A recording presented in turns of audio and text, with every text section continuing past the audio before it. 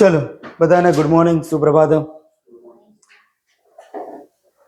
કેવી ઠંડી કેવી છે? મસ્ત છે ને? બરાબર. આ સમય છે શરીરને કસવાનો, રાઉન્ડ જલ્દી પૂરા કરવાનો. બરાબર છે? સારું, ચલો આપણે કેટલા તંત્ર ભણી ગયા આજ સુધી?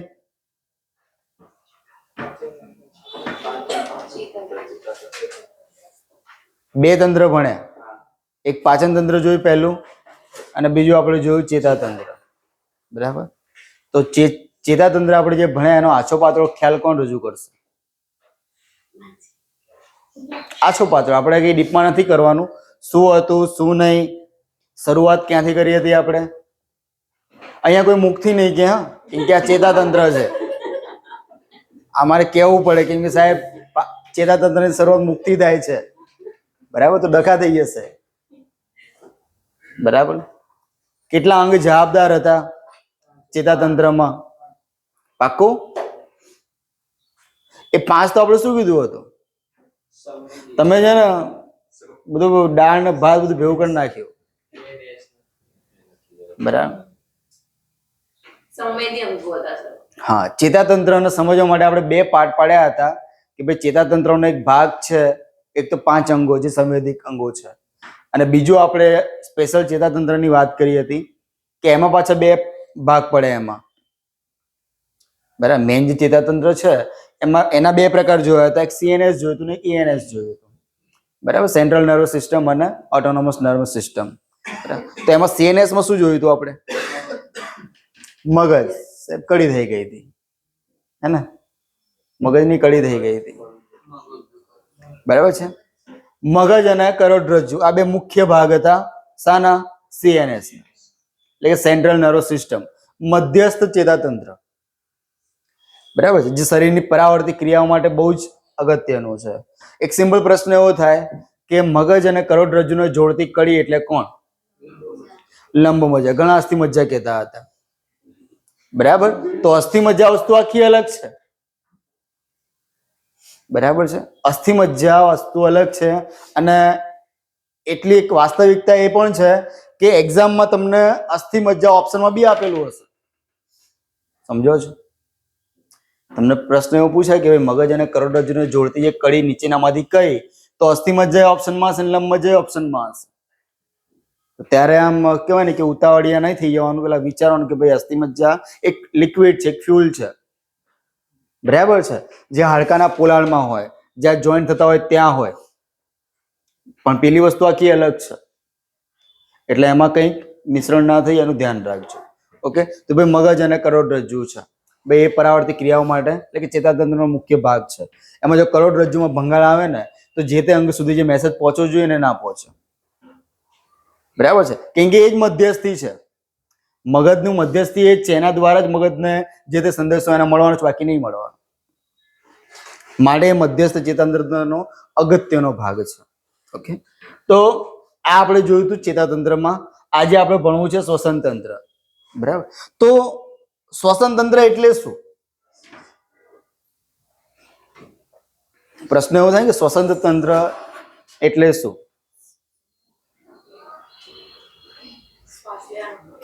બરાબર. આપણે શ્વાસ કેમ લઈએ છીએ સાહેબ? જીવવા માટે ઓબ્વિયસલી. તો સમજે હવે આ તો કઈ પ્રશ્ન પૂછવાનો હોય કે હે? શ્વસન તંત્ર આપણે જે ભણવાનું છે તો આપણે શ્વાસ કેમ લઈએ છીએ સાહેબ? જીવવા માટે. વસ્તુ અલગ છે, કોઈ નથી જીવવા દેતું, પણ જીવવા માટે આપણે શ્વાસ લઈએ છીએ. ઓકે. પણ શ્વાસ લઈએ છીએ એનાથી આપણને શું ફરક પડે? આપણને શું ફરક પડે? શ્વાસ લઈએ છીએ આપણે, એનાથી આપણા શરીરને શું ફરક પડે? કશો નહીં પડતો સાહેબ. બસ હાલી શકીએ છીએ, ચાલી શકીએ છીએ, ફરી શકીએ છીએ, રમી શકીએ છીએ, ગાઈ શકીએ, અને મન ફાવે તેમ રજા પાડી શકીએ. બરાબર. પણ આજે આપણે એનું જે મેઇન કારણ છે ને એ ભણવાનું છે કે કેમ આપણે શ્વાસ લઈએ છીએ, કેમ જરૂરી છે શ્વાસ. બરાબર. આપણને એક તો ક્રિયા ખબર છે, શ્વાસ અને ઉચ્છ્વાસ. આ શું છે? 2 શબ્દ છે, એક તો શ્વાસ અને એક ઉચ્છ્વાસ. આ શું છે? બોલો.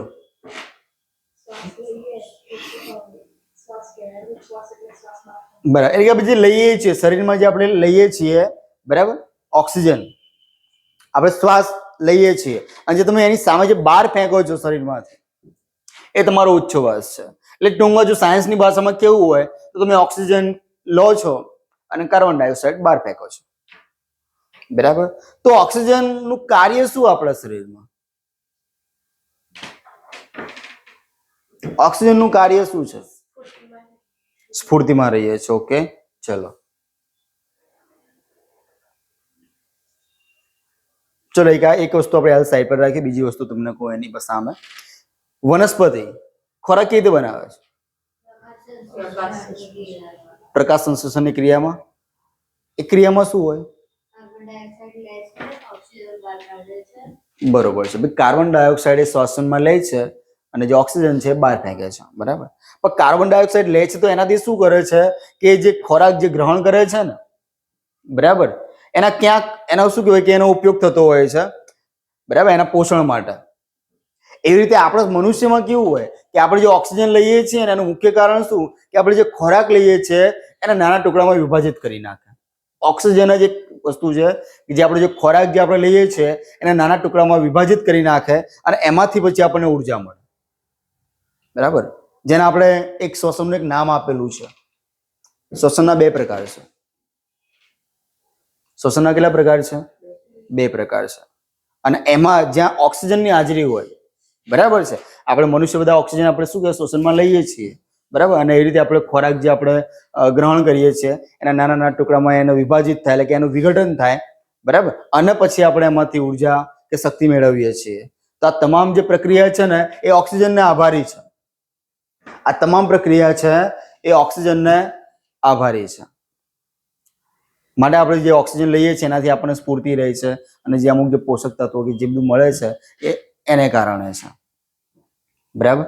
તો શ્વસન તંત્રની અંદર આપણે જોઈએ બધી આપણને ખબર જ છે, છતાં બી આપણે કહેવાય ને કે આપણે જે ધૂળ લાગેલી છે, સેપટ લાગી છે એને ખંચેરવાની છે. બરાબર છે. આ તમે જોઈ શકો છો કે કઈ આકૃતિ મૂકેલી છે. સારી છે આકૃતિ, રૂપાળી છે, બરાબર છે. આમાંથી પ્રશ્નો પૂછાય છે. ઓકે, જોઈએ અહીંયા આપણે કે આ જે છે આ ભાગ એને કહેવાય નાસિકા કોટર. એને શું કહેવાય? નાસિકા કોટર કહેવાય. આનાથી તો પરિચિત છો જ, બરાબર છે. મુખ ગુહા છે.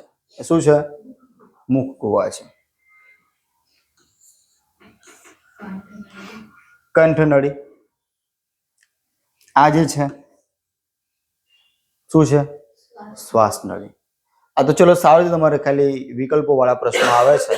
બાકી મેન્સમાં એવો પ્રશ્ન પૂછાય કે તમારી શ્વાસ નળી સંકોચાતી નથી કારણ કે, બરાબર, કારણ આપો. તો શ્વાસ નળી છે, ત્યારે એવું થયું કે મારી આમ શ્વાસ નળી આમ ચપટી થઈ ગઈ કે સાહેબ હવે શું કહેવાય કે હવા જતી નથી આમ, બરાબર, ચપટી થઈ ગઈ, એવું કંઈ તમે સાંભળ્યું કે સંકોચાઈ ગઈ, શ્વાસ લેવામાં તકલીફ પડી રહી છે, એવું ક્યારે થયું? હા, એ વસ્તુ અલગ છે કે અમુક પેશન્ટ હોય રોગના એ લોકોને એવું થાય છે, પણ રેગ્યુલર માણસમાં નહીં થતું. કેમ એવું થાય છે? એનું મુખ્ય કારણ એ છે કે આપણી જે શ્વાસ નળી છે ને, બરાબર છે, આ શ્વાસ નળી છે એ સી આકાર ધરાવે છે. બરાબર છે, એ સી આકારમાં છે, આમ ગૂંચળો ભર્યો આમ, બરાબર છે, માટે એ સંકોચાતી નથી. આ એનું મુખ્ય રીઝન છે. ઓકે, આપણે પેલું જે હોય પેલી સ્ટ્રો આવે ને, સ્ટ્રો જોયેલી ને, શું છે સ્ટ્રો? તરોપામાં નાખીને પીવાની. તરોપું શું છે? તરોપું શું છે? નારિયેળ, લીલું નારિયેળ તરોપું કહેવાય. હે પ્રભુ, બરાબર, એને તમે વાળજો. હા, એ પ્લાસ્ટિક થોડું વિચિત્ર હશે એટલે કદાચ વચ્ચેથી આમ એ થઈ જશે, પણ એને જો સીધું કરવામાં આવે ને તો એ ક્યારે સંકોચાશે ને. એને તમે આમ એ કરશો ને એ રીતે પછી આપણે પેલી બોટલની જે આવે ને નળી, બોટલ ચડાવીએ છીએ, બસ એ ટાઈપનું હોય છે. એને તમે આમ રાઉન્ડ રાઉન્ડ કરો ને એ ક્યારે વચ્ચેથી બેન્ડ નહીં થાય. તો આપણે બી અહીંયા શ્વાસ વાહિની છે એ કંઈક એ પ્રકારે જ અહીંયા ગોઠવાયેલી છે. બરાબર છે. અહીંયા આવેલા છે ફેફસા, ખબર ને આવેલા છે, હા, ફેફસા આવેલા છે. અને ફેફસાનું રક્ષણ કોણ કરે છે? તો પાંસળીઓ. જે પાંસળીઓ છે ખાલી ફેફસાનું રક્ષણ કરે છે? બોલો. હૃદયનું પણ કરે છે. બરાબર. કઈ બાજુ આવેલું છે હૃદય આપણું? ડાબી બાજુ. પાકું?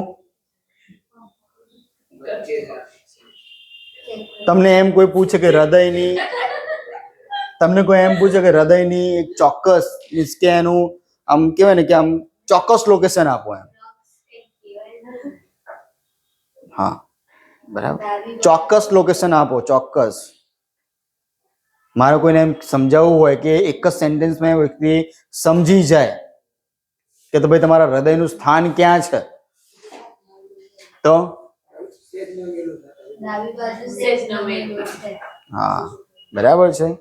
છાતીના પાંસળીઓના જે પિંજરું, આ પિંજરું કહેવાય, એમાં સેજ ડાબી બાજુ થોડુંક સરકેલું છે. બરાબર. ઘણા લોકોનો હોય છે કરોડોમાં એક જેનું જમણી બાજુ હોય, બાકી બધા ડાબી બાજુ વાળા જ છે. કોઈ કહેતા નહીં કે આમ તો છે જ નહીં. બરાબર. ભાઈ હોય બધામાં. ઓકે, સારું, ચલો. તો ભાઈ પાંસળીઓ, બરાબર, એમાં બધું સંગ્રહાયેલું છે. પછી આ જે ફેફસા છે ને, બરાબર, આ એની ઉપર કરોડોની સંખ્યામાં નાના નાના સૂક્ષ્મ રોગો, કરોડોની સંખ્યામાં એક છિદ્રો હોય, નાના નાના, બહુ જ નાના છિદ્રો હોય. બરાબર. અને એનું કામ શું? હવાને ગાળવાનું. એનું કામ શું? હવાને ગાળવાનું. જો એ લોકો એમનું કામ બંધ કરી દે અને એની ઉપર વધારે કચરો જામ થઈ જાય તો તમને શ્વસન તંત્રના રોગો થવાની સંભાવના તમારી વધી જાય. બરાબર. શ્વસન તંત્રમાં આ વસ્તુ બહુ મહત્વનું છે. તમે પેલા મૂવી ચાલુ થાય પેલા પેલું કોણ મુકેશ આવે છે, કોણ આવે છે? હા, એ બીડી બહુ પીતો હોય, ભાઈ ફેફસું નીચોવે છે આમ. બરાબર છે. અને કેવો ગંદો કચરો નીકળે છે. તો આના કારણે આ બધું અહીંયા બધું જામ થઈ જાય. હવે અહીંયા બધું એ થઈ જાય જામ, તો સ્વાભાવિક છે કે જે આપણું જે ઓક્સિજન છે એ શુદ્ધ જે આપણા શરીરમાં પહોંચવો જોઈએ ના પહોંચે. બરાબર છે. અને એના કારણે આપણે શું કહેવાય કે આપણું શરીર છે એક રોગોનું કેન્દ્ર સ્થાન બની જાય, હેડક્વાર્ટર બની જાય. બરાબર છે. તો એ આને આભારી છે. આ બધું એનું કામ છે કે હવાને શુદ્ધ કરવાનું. ઓકે, ચલો. આ આકૃતિ જોઈ લો. પછી આપણે આગળ જોઈએ. બરાબર. એટલી નાની નાની વ્યાખ્યાઓની અંદર આવશે ને કે કદાચ તમને વિધાનોમાં પૂછાય ને તો આવડવું જોઈએ. બહુ ઘણું બધું એવું એવી વસ્તુ છે જે કામની છે આમાં. બરાબર. પહેલી આપણે વાત કરીએ કે મનુષ્યના શ્વસન દરમિયાન શરીરમાં પ્રવેશતી હવાનું શુદ્ધિકરણ કાર્ય નાસિકા પટલમાં રહેલા કે જે આપણું જે અંદરનો જે ભાગ છે, નાસિકા પટલમાં રહેલા સૂક્ષ્મ રોમ, બરાબર છે, સૂક્ષ્મ રોમ અને શ્લેષ્મ ગ્રંથિ દ્વારા થાય છે. બરાબર. કારણ કે એવું નથી કે ભગવાને અંદર ચલો નાકનું આપણે નિર્માણ તો કર્યું કે અંદર આ બધા જે બાલ આવી જાય છે, કેમ આવે? કંટાળો આવે છે. કોણ સાફ કરે? ક્યારે એવું થાય તમને કે આ શું કરો કે આ બધું એટલું મસ્ત સરસ હતું, ખોટું અંદર ક્યાંય તો જાળું મૂકી દીધું? તો ભાઈ ભગવાને જે બી કંઈ આપ્યું છે ને સમજી વિચારીને આપ્યું છે. ઓકે, તમે ખાલી કોઈ આમ બહાર જશો, મીન્સ કે કોઈ ધૂળ જ્યારે ઉડતી હોય તમે ત્યાંથી પસાર થઈને પછી તમે ઘરે જઈને ખાલી નાકમાં ખાલી ટીશ્યુ પેપર કે એવું નાખીને ચેક કરજો, કેટલી બધી ધૂળ હશે એમાં. સમજો છો? તો એ છે ને અંદર જે ડસ્ટ છે એ જતા રોકે છે. આ સૂક્ષ્મ રોમ શું કરે છે? બરાબર. સૂક્ષ્મ રોમ અને જે શ્લેષ્મ ગ્રંથિ છે ને એક ચીકણું લિક્વિડ છે, બરાબર છે, એ ઉત્સર્જિત કરે. બરાબર છે. એક લિક્વિડ આવે ચીકણું, એ ઉત્સર્જિત કરે અને જે બી ડસ્ટ હોય ને એને ફેફસામાં જતા અટકાવે છે. ભાઈ એ વસ્તુ ફેફસામાં જતા અટકાવે છે. કોણ? તો સૂક્ષ્મ રોમ અને શ્લેષ્મ ગ્રંથિ. તો એ ખબર હોય શ્લેષ્મ ગ્રંથિ છે ક્યાં આવી? તમને ચોક્કસ સ્થાન પૂછે, ભાઈ નાકમાં આવે શ્લેષ્મ ગ્રંથિ. કોઈ એમ ના કહેતા કે સાહેબ મારે ફેફસામાં આવેલી છે. બરાબર. તો આ વસ્તુ ના થવું જોઈએ. આપણને ખબર હોવી જોઈએ કે કઈ ગ્રંથિ ક્યાં આવેલી છે. આપણે ચેતાતંત્રમાં 2 થી 3 ગ્રંથિ તમને બતાવી હતી. ચેતાતંત્રમાં 2 થી 3 ગ્રંથિ બતાવી હતી. એ વસ્તુ અલગ છે કે એનો ટોપિક હું આખો અલગ ચલાવીશ તમને કે ગ્રંથિઓનો ઉપયોગ શું છે. પણ મેં જયારે મગજ ચલાવ્યું ને ત્યારે આજુબાજુમાં મેં તમને બતાવ્યું કે ભાઈ આ બાજુ હાઇપોથેલેમસ છે, આ બાજુ પિચ્યુટરી છે. તો આ શું છે? બધી ગ્રંથિઓ છે, એ મગજમાં છે. એટલે કે માથાના ભાગમાં આવેલી છે. ઓકે, પણ આ ક્યાં છે? નાકમાં છે. ભાઈ શ્વસન નળી શરૂઆતમાં શું હોય છે? ઘાટી ઢાંકણ. શ્વસન નળીની શરૂઆતમાં શું હોય છે? ઘાટી ઢાંકણ. આનો ઉપયોગ શું? તો તમે જ્યારે જમો છો, મેં આની પહેલા ચર્ચા કરી છે કે આપણે જ્યારે જમતા હોય ને અચાનક આપણને ખાંસી કે ખરડી કે એવું કંઈ આવે ને તો આપણે બધો જ જે દોષનો પોટલો છે ને એ તમારો કોઈ પ્રિય પાત્ર છે એની પર નાખી દેતા હોવ છો. બરાબર છે? એની પર આપણને સ્વાભાવિક છે કે નક્કી પેલી કે પેલા યાદ કરો ને એમાં ડખો થયો. બરાબર, પણ યાદ કોઈએ નહીં કરતા. જે જમતા હોય ને ત્યારે તમારા અઢળક વિચારો તમારા મગજમાં ચાલતા હોય તો તમારું ધ્યાન ભંગ થાય અને જે ખોરાક અન્નનળીમાં જોવો જોઈએ એ થોડોક તમારા શ્વાસ નળીમાં ઘૂસી જાય એટલે પછી છીંકો આવે, ખાંસી આવે ને ડચલી ઈડકી પણ આવે, બધું આવે. ઓકે, તો એ જે શ્વાસ નળીમાં ખોરાકને જતો અટકાવવા માટે શરૂઆતમાં જ આ ઘાટી ઢાંકણ મૂકવામાં આવે છે, જે વન વે હોય છે. કેવું હોય છે? વન વે હોય છે. એક જ વખત ખાલી ખુલે પછી પાછું બંધ થઈ જાય. વન વે હોય. ઓકે, ભાઈ ખોરાકને શ્વાસ નળીમાં જતો અટકાવે છે કોણ? ઘાટી ઢાંકણ. આ એક્ઝામમાં કેટલી વાર પૂછાઈ ગયો પ્રશ્ન. મનુષ્યના શ્વસન તંત્રમાં શ્વાસ વાહિની ભાઈ સી આકારે ગોઠવાયેલી છે. હમણાં આપણે વાત કરીએ કેવા આકારે છે? સી આકારે ગોઠવાયેલી છે, જેથી શ્વાસ વાહિનીમાં હવા ન હોવા છતાં પણ સંકોચાતી નથી. શ્વાસ વાહિનીમાં જો હવા ના બી હોય ને તો બે ક્યારેક ચલો હવા નથી, આપણે એના જેવું ને કે પેલી આપણે ખેતરોમાં પાઇપો મૂકીએ ને પાણી હોય તો મસ્ત આમ દડા જેવી ફૂલી દેખાય, ના હોય એકદમ ચપટું થઈ જાય તો લોકો એને રોલ કરીને વાળીને સાઈડમાં મૂકી દે. એના જેવું નહીં, હવા હોય કે ના હોય એ સંકોચાશે નહીં. બરાબર છે?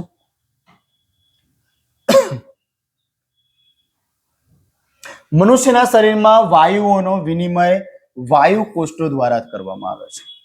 બરાબર છે? વાયુનો જો વિનિમય છે એ વાયુ કોષો દ્વારા કરવામાં આવે છે. એટલે કે અવર જવર જે થાય છે ને એ કોને આભારી છે? એ વાયુ કોષોને આભારી છે. આ બી એક નાકમાં જ આવેલો એક ભાગ છે. નાકનો જે એક ભાગ છે વાયુ કોષો.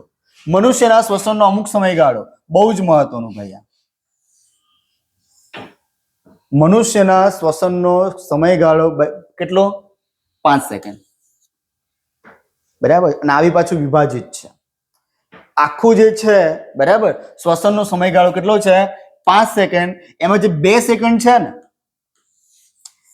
એ શ્વસનના, એટલે કે શ્વાસ તમે લો છો 2 સેકન્ડમાં, અને જે 3 સેકન્ડ છે બરાબર એ ઉચ્છ્વાસનો હોય છે. બહુ જ મહત્વનો કે શ્વસનનો જે સમયગાળો છે, તમે એકવાર શ્વાસ લો છો બરાબર 2 સેકન્ડમાં તમે શ્વાસ લો છો, પણ તમે જ્યારે નિકાળો છો, ઉચ્છ્વાસ કરો છો, એનો સમયગાળો કેટલો હોય છે? 3 સેકન્ડ. અને આખી એક સાયકલ કેટલા સેકન્ડની હોય છે? 5 સેકન્ડની. બરાબર છે? તો મનુષ્યના શ્વસનનો સમયગાળો 5 સેકન્ડ. એમાં શ્વસન લેવાનું એટલે શ્વાસ આપણે લઈએ છીએ એના 2 સેકન્ડ, અને તમે જ્યારે શ્વાસ બહાર ફેંકો છો તો એના કેટલો છે? 3 સેકન્ડ છે. મનુષ્ય લગભગ રોજનું 400 ml મિલીલીટર 400 ml પાણી ઉચ્છ્વાસમાં બહાર ફેંકે છે. હવે આ શું છે? 400 ml પાણી શું છે? ઉચ્છ્વાસમાં બહાર ફેંકે છે. બધાએ પેલું મૂવી જોયું હશે મેં હું ના? જોયું? હા, એમાં પેલો કંઈક શિક્ષક હોય છે એ બોલતા બોલતા એટલું થૂક નાખે છે બધાની ઉપર. બરાબર, તો આજે 400 ml આ તો ચલો એક નોર્મલ માણસ માટે, પણ જે લોકોને એવી આદત છે એના માટે બહુ તકલીફ થઈ જાય. તો 400 ml પાણી છે એ આપણે ઉચ્છ્વાસમાં એટલે કે જ્યારે બોલીએ છીએ ત્યારે પરસેવા દ્વારા, બરાબર, તો એ રીતે આપણે શું કહેવાય કે આપણા શરીરમાંથી આટલું પાણી આપણે બહાર ફેંકીએ છીએ. કેટલું? 400 ml.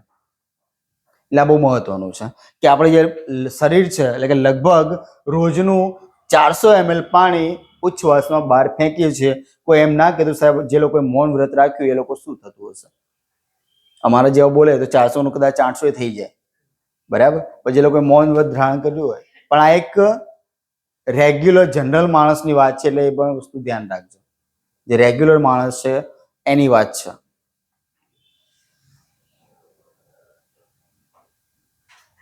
ચલો, વનસ્પતિમાં દરેક અંગ સ્વતંત્ર રીતે પોતે જાતે, બરાબર, આપણને ખબર છે કે ભાઈ આપણે મનુષ્ય છે એમાં શ્વસન તંત્રની વાત કરીએ તો ભાઈ પહેલી શરૂઆત થાય નાકથી.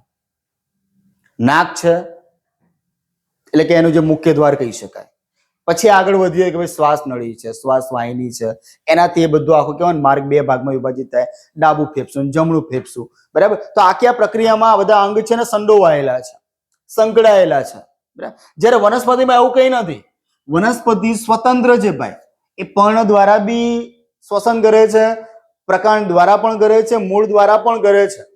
એ સ્વતંત્ર છે, એને કોઈ પાબંદી નથી કે એનામાં આ અંગ હોવું જોઈએ. એટલે આ બહુ મહત્વની વસ્તુ છે કે મનુષ્યમાં ફેફસા હોય છે શ્વસન માટેના, જે મહત્વનું જે અંગ કહી શકાય. જ્યારે વનસ્પતિમાં એવું કંઈ નથી, એ સ્વતંત્ર છે. એટલે આ તમે ધ્યાન રાખજો. ચલો, લીલી વનસ્પતિ છે. હવે આ એક આ બેઝિક ફંડા છે જે આખું ગામ જાણે છે, બરાબર છે. કે જે વનસ્પતિ છે, બરાબર, દિવસ દરમિયાન CO2 એટલે કે કાર્બન ડાયોક્સાઇડ, દિવસ દરમિયાન કાર્બન ડાયોક્સાઇડ લે છે શ્વસનમાં, અને ઉચ્છ્વાસમાં શું બહાર ફેંકે છે? ઓક્સિજન, જે આપણા માટે કામનું છે. ઓકે. એ જ વસ્તુ જ્યારે રાતની વાત કરીએ તો રાત્રે શું કરે છે ભાઈ? રાત્રે ઓક્સિજન લે છે અને કાર્બન ડાયોક્સાઇડ બહાર ફેંકે છે, બરાબર. અને એમાં બી સૌથી વધારે જો કોઈ રાત્રિ દરમિયાન કાર્બન ડાયોક્સાઇડ કોઈ બહાર ફેંકતું હોય તો એ કયું ઝાડ છે? લીમડો. લીમડા નીચે રાત્રે ક્યારેય ના સૂવું, બરાબર.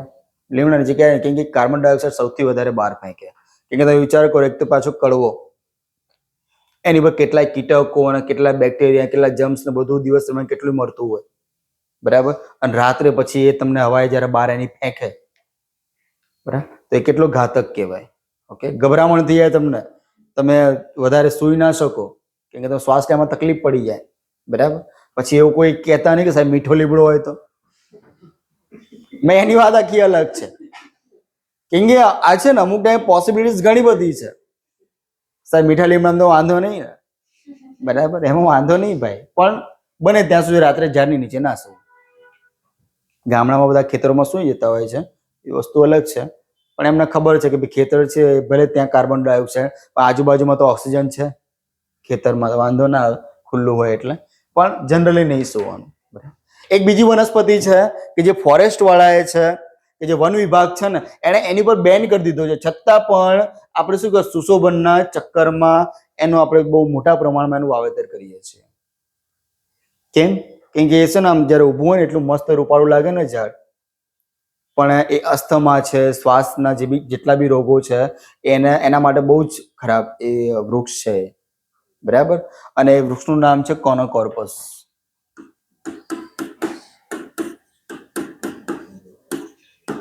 કોનોકોર્પસ આપણે અહીંયા જ છે, રિલાયન્સ ડિજિટલ જે છે ને આ બાજુ રોડ ઉપર જ છે, બરાબર. એટલા બધા ઝાડ વાઈ નાખે ને, કેમ કે એક તો પહેલા તો શું એ સીધા થાય મસ્ત, અને આમ જાણે કે પેલું ક્રિસમસ ટ્રી બનતું હોય ને એ ટાઈપનો એનો શેપ હોય. પણ એનો જે ફળ જે આવે છે, એનો ફૂલ આવે છે, એમાં જે પરાગરસ જે હોય છે ને, એ શ્વાસ માટે બહુ જ ખરાબ. જે લોકો દર્દી છે અસ્થમાના, એ લોકો માટે બહુ જ ખરાબ. જે નથી એને થવાની સંભાવના પણ વધી જાય છે. ઓકે. પણ નથી લોકો સુધરતા. ચલો, એટલે કે ભાઈ કાર્બન ડાયોક્સાઇડની આપણે વાત કરતા હતા કે ભાઈ દિવસ દરમિયાન જે વનસ્પતિ છે એ કાર્બન ડાયોક્સાઇડ શ્વસનમાં લે છે અને આપણને ઓક્સિજન આપે છે. જ્યારે રાત્રિ દરમિયાન કાર્બન ડાયોક્સાઇડ છોડે છે અને ઓક્સિજન એ લોકો ગ્રહણ કરે છે. એટલે રાત્રિ દરમિયાન ઝાડ નીચે સૂવું નહીં. ચલો, વૃક્ષમાં પીપળો અને છોડની અંદર તુલસી, આ બે જ એવી વનસ્પતિ છે જે 24 કલાક ઓક્સિજન છોડે. 24 કલાક, બરાબર. આ તો વસ્તુ અલગ છે કે આપણે ધર્મ સાથે સાંકળી લીધું અને બહુ સારી બાબત થઈ. આપણે ઋષિ મુનિઓને ખબર હતી કે બે છોડ એવા છે જે 24 કલાક તમને ઓક્સિજન પ્રોવાઈડ કરે છે, બરાબર. અને આપણે એમ કોઈને પ્રચાર કરીએ ને કે આ વૃક્ષો વાવો, આ છોડ વાવો, તમે આ ઓક્સિજન આપે છે, કોઈ નહીં માને. પણ બસ ખાલી એનો કોઈ ગ્રંથમાં ઉલ્લેખ કરી દો, બરાબર. ઘરે લોકો વૃંદાવન બનાવી દેશે, બરાબર. કેટલાય પાપ કર્યા તો તુલસીના રોજ 2, 4, 5 પાન તોડીને ખાવાના તો ખરા પવિત્ર છે, બરાબર. પણ એ બધાનું સાયન્ટિફિક રીઝન છે, પણ જનરલી લોકો સાયન્સ સ્વીકારતા નથી. અને આવું આપણે કહેવાય છે ને તો આપણે મૂર્ખા સાબિત થઈએ, બરાબર. એટલા માટે જ ઘરમાં ક્યારે બુદ્ધિનો પ્રયોગ નહીં કરવાનો અને માર્કેટમાં ક્યારે દયા નહીં બતાવવાની. એટલે આ વસ્તુ ધ્યાન રાખવાનું. ક્યારે મમ્મી નહીં સમજાવવાનું મમ્મી આ સાયન્સ છે, લાફો મારશે. નવા એનું શીખીને આવ્યો છે તો બરાબર. અને માર્કેટમાં દયા નહીં બતાવવાની. પેલી બચારી કે એકલી છોકરી કે કોથમી લઈને તડકામાં બેઠી, એટલે એ 2 રૂપિયામાં લઈને તમને 10 રૂપિયામાં પધરાવે છે. દયા નહીં બતાવવાની. બરાબર છે. ચલો કઈ નહીં. તો ભાઈ પીપળો છે અને તુલસી છે. બરાબર. ચલો બીજો એક પ્રશ્ન મેં તમને કદાચ કીધો હતો, સોરી જવાબ કીધો હતો કે જે તુલસી છે એમાં કયું એસિડ આવેલું છે? તુલસી છે એમાં કોઈ એસિડ છે? આપણે ચર્ચા થઈ હતી. તુલસીમાં કોઈ એસિડ હોય? ચલો આંબલીમાં પણ સેમ એસિડ હોય. આંબલી આવે ને કાતરા, હા એ જ. હા ઓક્ઝેલિક છે ને ટામેટાના બીજમાં હોય. હા સાઇટ્રિક લીંબુ અને એમાં હોય, ખાટા ફળોમાં હોય. બીજું કોઈ? હા કોઈ H2SO4 તો કહેતા જ નહીં, સલ્ફ્યુરિક એસિડ. બોલો આંબલીમાં પણ સેમ હોય એસિડ. હા હા ટ ઉપર જ છે. ચલો હા બરાબર છે. ટાર્ટરિક એસિડ હોય. તુલસીમાં કયો એસિડ હોય? ટાર્ટરિક હોય. ચલો ઓકે. તો આ સમજ પડી ગઈ ને? આ યાદ રાખવાનું છે આ બધું. ચલો આપણે શ્વસન શા માટે કરીએ છીએ? સાહેબ જીવવું છે. બરાબર. આપણે જીવવું છે માટે શ્વસન કરીએ છીએ. આ તમારો એકદમ નિખાલસ જવાબ, એક્સેપ્ટેડ. બરાબર છે. પણ જો ખરેખર કોઈ જીવવા જાય છે? નથી. બરાબર. પણ આપણે જીવવું પડશે કેમ કે છૂટકો જ નથી. ચલો આની પહેલા આપણે પ્રશ્નો કર્યા હતા, સારા જવાબ આવ્યા હતા. આપણે થોડું સાયન્ટિફિક જોઈએ કે એક્ઝેક્ટ શું વસ્તુ છે. ભાઈ દરેક સજીવ છે નાના સૂક્ષ્મદર્શી એકમો, બરાબર, જેને શું કહેવામાં આવે છે? કોષ કહીએ છીએ. દરેક સજીવ છે એમાં કોષ આવેલા છે. બરાબર, જે નાના સૂક્ષ્મ હોય છે. ઓકે. કોષ એ સજીવનો સૌથી નાનો રચનાત્મક અને ક્રિયાત્મક, બરાબર છે, રચનાત્મક અને ક્રિયાત્મક એકમ છે. કે આ છે તો બધું છે, બાકી કઈ નથી. આ જયારે આપણે પેલું સમજાયું હતું, કયું સમજાયું હતું? આ કોષનું આપણે વિભાજન ના તે બધું કઈ ટોપિકમાં ચાલ્યું હતું? આપણે બાયોટેકનોલોજીમાં ચાલ્યું હતું. બરાબર છે. બાયોટેકનોલોજીમાં બધું ચલાવ્યું હતું. કોષ વિભાજન શું છે, કેમ એ કોષ વિભાજનની ક્રિયા આપણા શરીર માટે મહત્વની છે, એ બધી આપણે ચર્ચા કરી હતી. એટલે કે ભાઈ માનવ શરીરનો એટલે કે સજીવનો, બરાબર છે, રચનાત્મક અને ક્રિયાત્મક એકમ એટલે કોષ.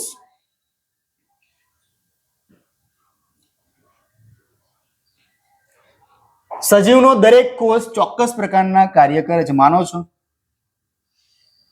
સજીવના જે બી આપણે જે કોષ છે શરીરમાં, એને એ લોકોને આપણે વાત કે ભાઈ એક ડ્યુટી આપી દીધી, તારે આ કરવાનું એટલે આ જ કરવાનું, બીજું કંઈક કરવાનું નહીં. બરાબર, એની આપણે ચર્ચા થઈ હતી. બરાબર, જેમ કે પોષણ, પરિવહન, ઉત્સર્જન અને પ્રજનન. બરાબર, એ બીજી કેટલી ક્રિયાઓ છે જે આ કોષને આભારી છે. આ કોષ છે તો છે, બાકી કશું નથી. ઓકે. આ કાર્યો કરવા માટે કોષને શક્તિની જરૂર પડે કે ના પડે? ક્યાંથી આવે? બરાબર, કે ભાઈ ખાતી વખતે, સૂતી વખતે, વાંચતી વખતે પણ આપણને ઉર્જાની જરૂર પડે. માનો છો? જોઈએ સાહેબ, નહીં બેસાતો, લાંજરા આંટો માં ચા નાસ્તો કરતો, મસ્કા બન ખાઈ આવો. બરાબર છે. હા, એ જ ચાલે છે અત્યારે. ખોરાકમાં સંગ્રહિત, ભાઈ શું હોય ખોરાકમાં? ઉર્જા. ખોરાકમાં શું છે? ઉર્જા છે, જે શ્વસન દરમિયાન મુક્ત થાય છે. મેં હમણાં એક મસ્ત વાક્ય કીધું તમને કે જે આપણે ખોરાક લઈએ છીએ એના નાના ટુકડામાં કોઈ વિભાજિત કરતું હોય, એના જે પોષક તત્વો છે એના નાના ટુકડામાં વિભાજિત કરતું હોય તો એ છે શ્વસનની ક્રિયા. શ્વસનની ક્રિયામાં જ્યારે આપણે ઓક્સિજન લઈએ છીએ તો ઓક્સિજનનું કામ શું છે કે જે આપણે ખાઈએ છીએ ને એને તોડી ફોડીને ભાંગીને ભૂકો કરી દેવો અને એના અલગ અલગ જેવી પોષણ જે છે એમાંથી મળતું હોય એને જે તે જગ્યાએ મોકલવાના છે એ જગ્યાએ મોકલવાના. બરાબર. ભાઈ આ શરીરમાં આપણે જે શું કહેવાય કે ઓક્સિજન છે, આપણે જે હવા લઈએ છીએ એ માથાના બાલથી લઈને પગની પાન સુધી જો કોઈ પહોંચાડતું હોય જે તે પોષક તત્વો તો એ ઓક્સિજનને આભારી છે. એ વસ્તુ છે તો જ આપણું શરીર કહેવાય ને કે ચાલી શકે છે, બાકી નહીં ચાલે. રુધિર છે એ ભલે બધે જતું હોય પણ એનું કામ શું છે? આ રુધિર જે પરિભ્રમણ કરી રહ્યું છે આખા શરીરમાં એનું કામ શું છે કે દરેક અંગ સુધી ઓક્સિજનને પહોંચાડવું, દરેક અંગ સુધી. બરાબર. અને ક્યાંક બ્લોકેજ આવી ગયું તો ભાઈ ગયા, પછી તો બાયપાસ કરાવવું પડે અને બધું ઘણું બધું નાટક છે. ઓકે.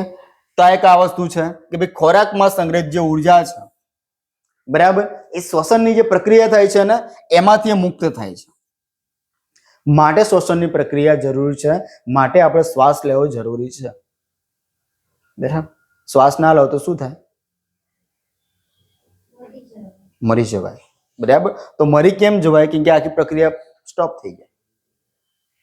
બરાબર છે. આ પ્રક્રિયા સ્ટોપ થઈ જાય. એ વસ્તુ અલગ છે કે ઘણા પિક્ચરોમાં લોકો 15-15 મિનિટ સુધી શ્વાસ રોકે છે. બરાબર. પણ એ પિક્ચરોમાં હોય છે, આ વસ્તુ હકીકતમાં અશક્ય છે. કાલે જ એક કિસ્સો વાંચ્યો, કોઈ માણસ છે જીભથી પેલા ચાલતા પંખા રોકે. બોલો શું કરો? શરીરને કષ્ટ આપો ભાઈ. જીભ આપણે જીભ નાખીને પેલા ચાલુ પંખા રોકી નાખે.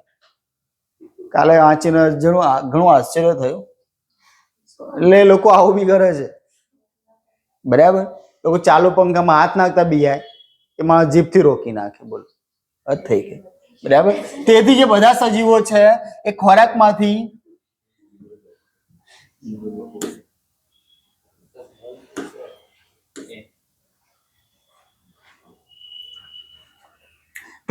સજીવ છે એ ખોરાકમાંથી શક્તિ મેળવવા માટે શ્વસન કરે છે. બધા સજીવનું એક આ જ કામ છે. બરાબર. કે શ્વસનની ક્રિયામાંથી જે લોકો ખોરાક જે છે એમાંથી એ લોકો ઉર્જા મેળવતા હોય છે. શ્વાસોશ્વાસની ક્રિયા દરમિયાન આપણે હવામાંથી શું લઈએ ભાઈ? ઓક્સિજન લઈએ છીએ. તથા ઉચ્છવાસમાં શું કરીએ છીએ? કાર્બન ડાયોક્સાઇડ છે એ બહાર છોડીએ છીએ. આપણે જે હવા અંદર લઈએ છીએ મીન્સ કે શ્વાસ, બરાબર, જ્યારે શરીરમાં આપણે લઈએ છીએ તે આપણા શરીરના વિવિધ ભાગોમાં અને અંતે દરેક કોષોમાં પહોંચે છે. આપણે હમણાં થોડા પહેલા કથા કરીને આ એ જ છે વસ્તુ, થોડું શાબ્દિક રૂપ આપેલું છે. ચલો. કોષોમાં હવામાં રહેલો ઓક્સિજન ખોરાકને તોડવામાં મદદ કરે છે. આ બી કથા કરી દીધી આપણે કે જે ખોરાકમાં જે રહેલો શું કહેવાય કે આ જે હવામાં જે ઓક્સિજન છે એનું કામ શું છે કે ખોરાકને તોડવાનું કામ કરવાનું, એને તોડી નાખે. બરાબર છે. કોષમાં ખોરાકના કણને તોડી ઉર્જા મુક્ત કરવાની પ્રક્રિયા એને કોષીય શ્વસન કહેવામાં આવે. બરાબર છે. એક નાની વ્યાખ્યા છે, એક્ઝામ આવો પૂછાઈ જાય અને તમને બધા ઓપ્શન સારા સારા આપેલા હોય. શ્વસન તંત્ર આપેલું હોય, પાચન તંત્ર આપેલું હોય, પછી અહીંયા કોષીય શ્વસન આપ્યું હોય, એક કોષીય શ્વસન આપ્યું હોય, કેટલું આપ્યું હોય. તો ત્યારે ખાલી આટલું યાદ રાખો ને, કોષીય શ્વસન કહેવાય. ફરીથી એકવાર કે હવામાં રહેલો ઓક્સિજન છે એ ખોરાકને તોડવામાં શું કરે છે ભાઈ? મદદ કરે છે. કોષમાં ખોરાકના કણને તોડી ઉર્જા મુક્ત કરવાની પ્રક્રિયા એને કહેવામાં આવે છે કોષીય શ્વસન. એને શું કહેવામાં આવે છે? કોષીય શ્વસન. સાહેબ આ શ્વસનમાં આટલું બધું આજે ખબર પડે, બાકી આપણે તો બસ લેતા હતા ને કાઢતા હતા, લેતા હતા ને કાઢતા હતા, બસ આનાથી બીજું કોઈ વિશેષ હતું નહીં. હા, ક્યારેક આમ લાગે ભાઈ એસિડિટી કે ભાઈ ફેફસામાં કંઈક ભરાવો થયો હશે, 1-2 જરા સોડાના પેક મારી દે એટલે પતે. બરાબર. પણ ઘણું બધું છે. શરીર છે ને એક પ્રકારની સૌથી મોટી જ્ઞાન વિશ્વની આમ કહેવાય ને કે એક મોટી પ્રયોગશાળા છે. આના જે પ્રયોગશાળા હજુ સુધી કોઈ રચી છે ના કોઈ રચી શકશે. બરાબર છે. તમે ફૂંકથી ઠંડી પણ ફૂંક મારી શકો ને ગરમ પણ ફૂંક આપી શકો. આપણા શરીરમાં હીટર પણ છે ને એસી પણ છે, બધું જ છે. તાપ, ગરમી, વરસાદ બધાથી આપણે રક્ષણ પણ મેળવી શકીએ છીએ. બરાબર. એટલે બધું જ છે. આ એક પ્રકારની પ્રયોગશાળા જ છે, આપણું લેબ છે. ઓકે. અત્યારે વૈજ્ઞાનિકો કૃત્રિમ મગજ, હૃદય જો કે આવી ગયું પેસમેકર, બરાબર, પણ મગજ કંઈક બનાવી રહ્યા છે, સેમ ફિલિંગ વાળો માણસ બનાવી રહ્યા છે. બરાબર. માન લો કે જો એ સક્સેસ થઈ ગયા તો પતી ગયું પછી. બરાબર. ચલો તો માણસની વાત છે. ચેટ જીપીટી એ તો ઘણા લોકોની રોજગારી છીનવી લીધી છે. કઈ જરૂર હોય ચલો ચેટ જીપીટી માં પૂછી લો. બરાબર છે. કઈ નહીં, એની ડિબેટ હું પછી કરીશ, કેમ કે ચેટબોટ જેમિનીનો એક કિસ્સો મસ્ત રસપ્રદ આવ્યો હતો, તો મેં તમને કીધો હશે. બરાબર છે. ચલો જોઈએ આપણે અહીંયા કે બધા સજીવોના કોષોમાં કોષીય શ્વસન થાય છે. બધા જે સજીવો છે એના કોષોમાં શું થાય ભાઈ? કોષીય શ્વસન. એ આપણે હમણાં એની વ્યાખ્યા જોઈ લીધી. શું હોય કે નાના ખોરાકોમાં શું કહે, જે ખોરાક છે એને તોડી નાખે, એમાંથી ઉર્જા મુક્ત થાય, એ આખી પ્રક્રિયાને કહેવામાં આવે છે કોષીય શ્વસન. અને જ્યાં કોષ હોય ત્યાં વસ્તુ થવાનું. જ્યાં કોષ છે ત્યાં પ્રક્રિયા થશે. કોષમાં ખોરાક એટલે કે ભાઈ ગ્લુકોઝનું ઓક્સિજનના ઉપયોગથી કાર્બન ડાયોક્સાઇડ અને પાણી આમાં રૂપાંતર થાય. ફરીથી, કોષમાં ખોરાક એટલે કે આપણે જે બી ખોરાક લઈએ છીએ એટલે કે ગ્લુકોઝનું ઓક્સિજનના ઉપયોગથી કાર્બન ડાયોક્સાઇડ અને પાણીમાં રૂપાંતર થાય છે. એટલે કે આ બંને વસ્તુ છૂટું પડે છે. આ શ્વસનની પ્રક્રિયાથી કાર્બન ડાયોક્સાઇડ છૂટો પડે છે, જે આપણે બહાર કાઢી દઈએ છીએ. પાણી પણ છૂટું પડે છે, આપણે ઉચ્છ્વાસ જે બી કંઈ કરીએ છીએ એમાં એ વસ્તુ બહાર ફેંકાતું હોય છે. ઓકે. જ્યારે ઓક્સિજનની મદદથી ગ્લુકોઝનું વિઘટન એટલે કે તૂટવાની પ્રક્રિયા થાય તેને જારક શ્વસન કહે છે. બરાબર. અત્યાર સુધી આપણે સિમ્પલ એક વ્યાખ્યા જોતા આવ્યા છીએ કે જે શ્વસન તંત્રમાં ઓક્સિજનની હાજરી હોય એટલે કે ઓક્સિજનની હાજરીમાં જે શ્વસન થાય એને કહેવામાં આવે છે જારક, અને જેમાં ઓક્સિજનની ગેરહાજરી હોય એને કહેવાય અજારક. આ સિમ્પલ એક તફાવત છે આનો. તો કે ભાઈ શું કીધું છે કે ભાઈ ઓક્સિજનની મદદથી ગ્લુકોઝનું વિઘટન થઈ એટલે કે તૂટવાની ક્રિયા થાય, અને એટલે કે તેને શું કહેવામાં આવે છે? એ પ્રક્રિયાને જારક શ્વસન કહે છે. એટલે કે ઓક્સિજન હાજર છે તો એને કહેવાય જારક શ્વસન, ઓક્સિજન ગેરહાજર છે તો એને કહેવાય અજારક શ્વસન.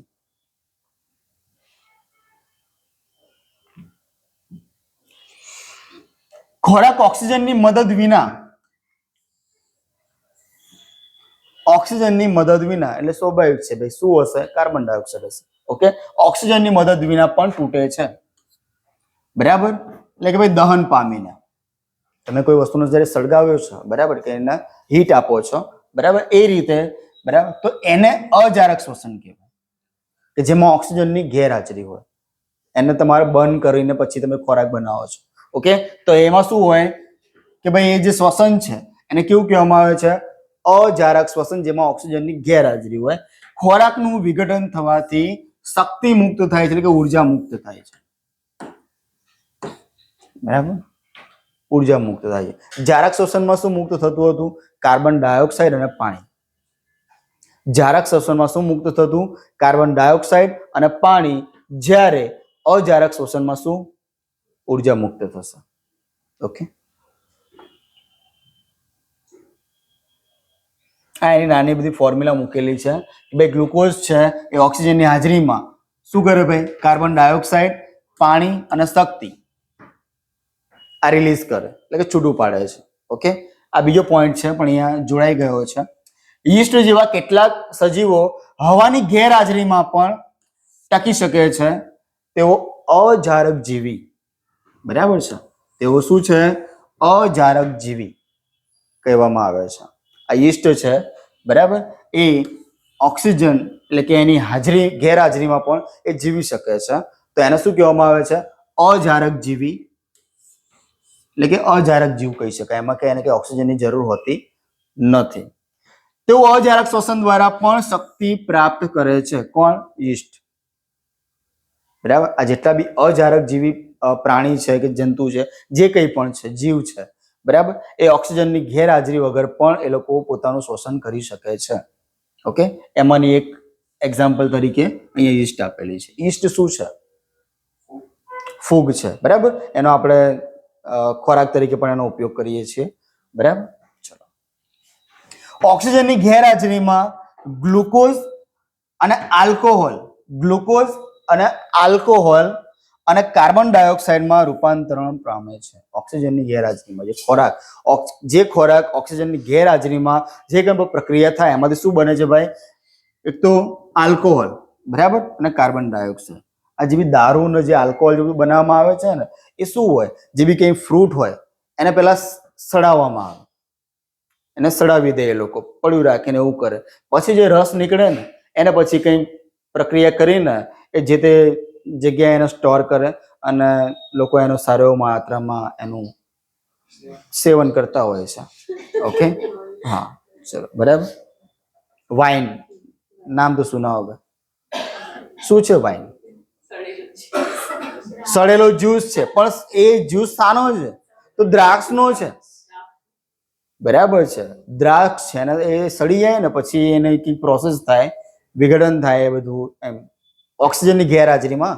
આ જે છે આલ્કોહોલ ને બધું કીધું બને ભાઈ ઓક્સિજનની ગેરહાજરીમાં બને અને એનો પછી આપણે બહુ સારો એવો ફાયદારીપ લોકો એને ફાયદો સમજતા હોય છે કે 31st લોકો ગાના ઘેલા થઈ ગયા હતા, બરાબર છે. ઘણી જગ્યાએ રેડ પડી હતી, બરાબર. તો આલ્કોહોલ છે એ શું કે ઓક્સિજનની ગેરહાજરીમાં, બરાબર, અજારક શ્વસન દરમિયાન આનું ઉત્પાદન થઈ શકે છે અને થાય છે. શું રિલીઝ થાય છે? આલ્કોહોલ અને કાર્બન ડાયોક્સાઇડ. ઓકે,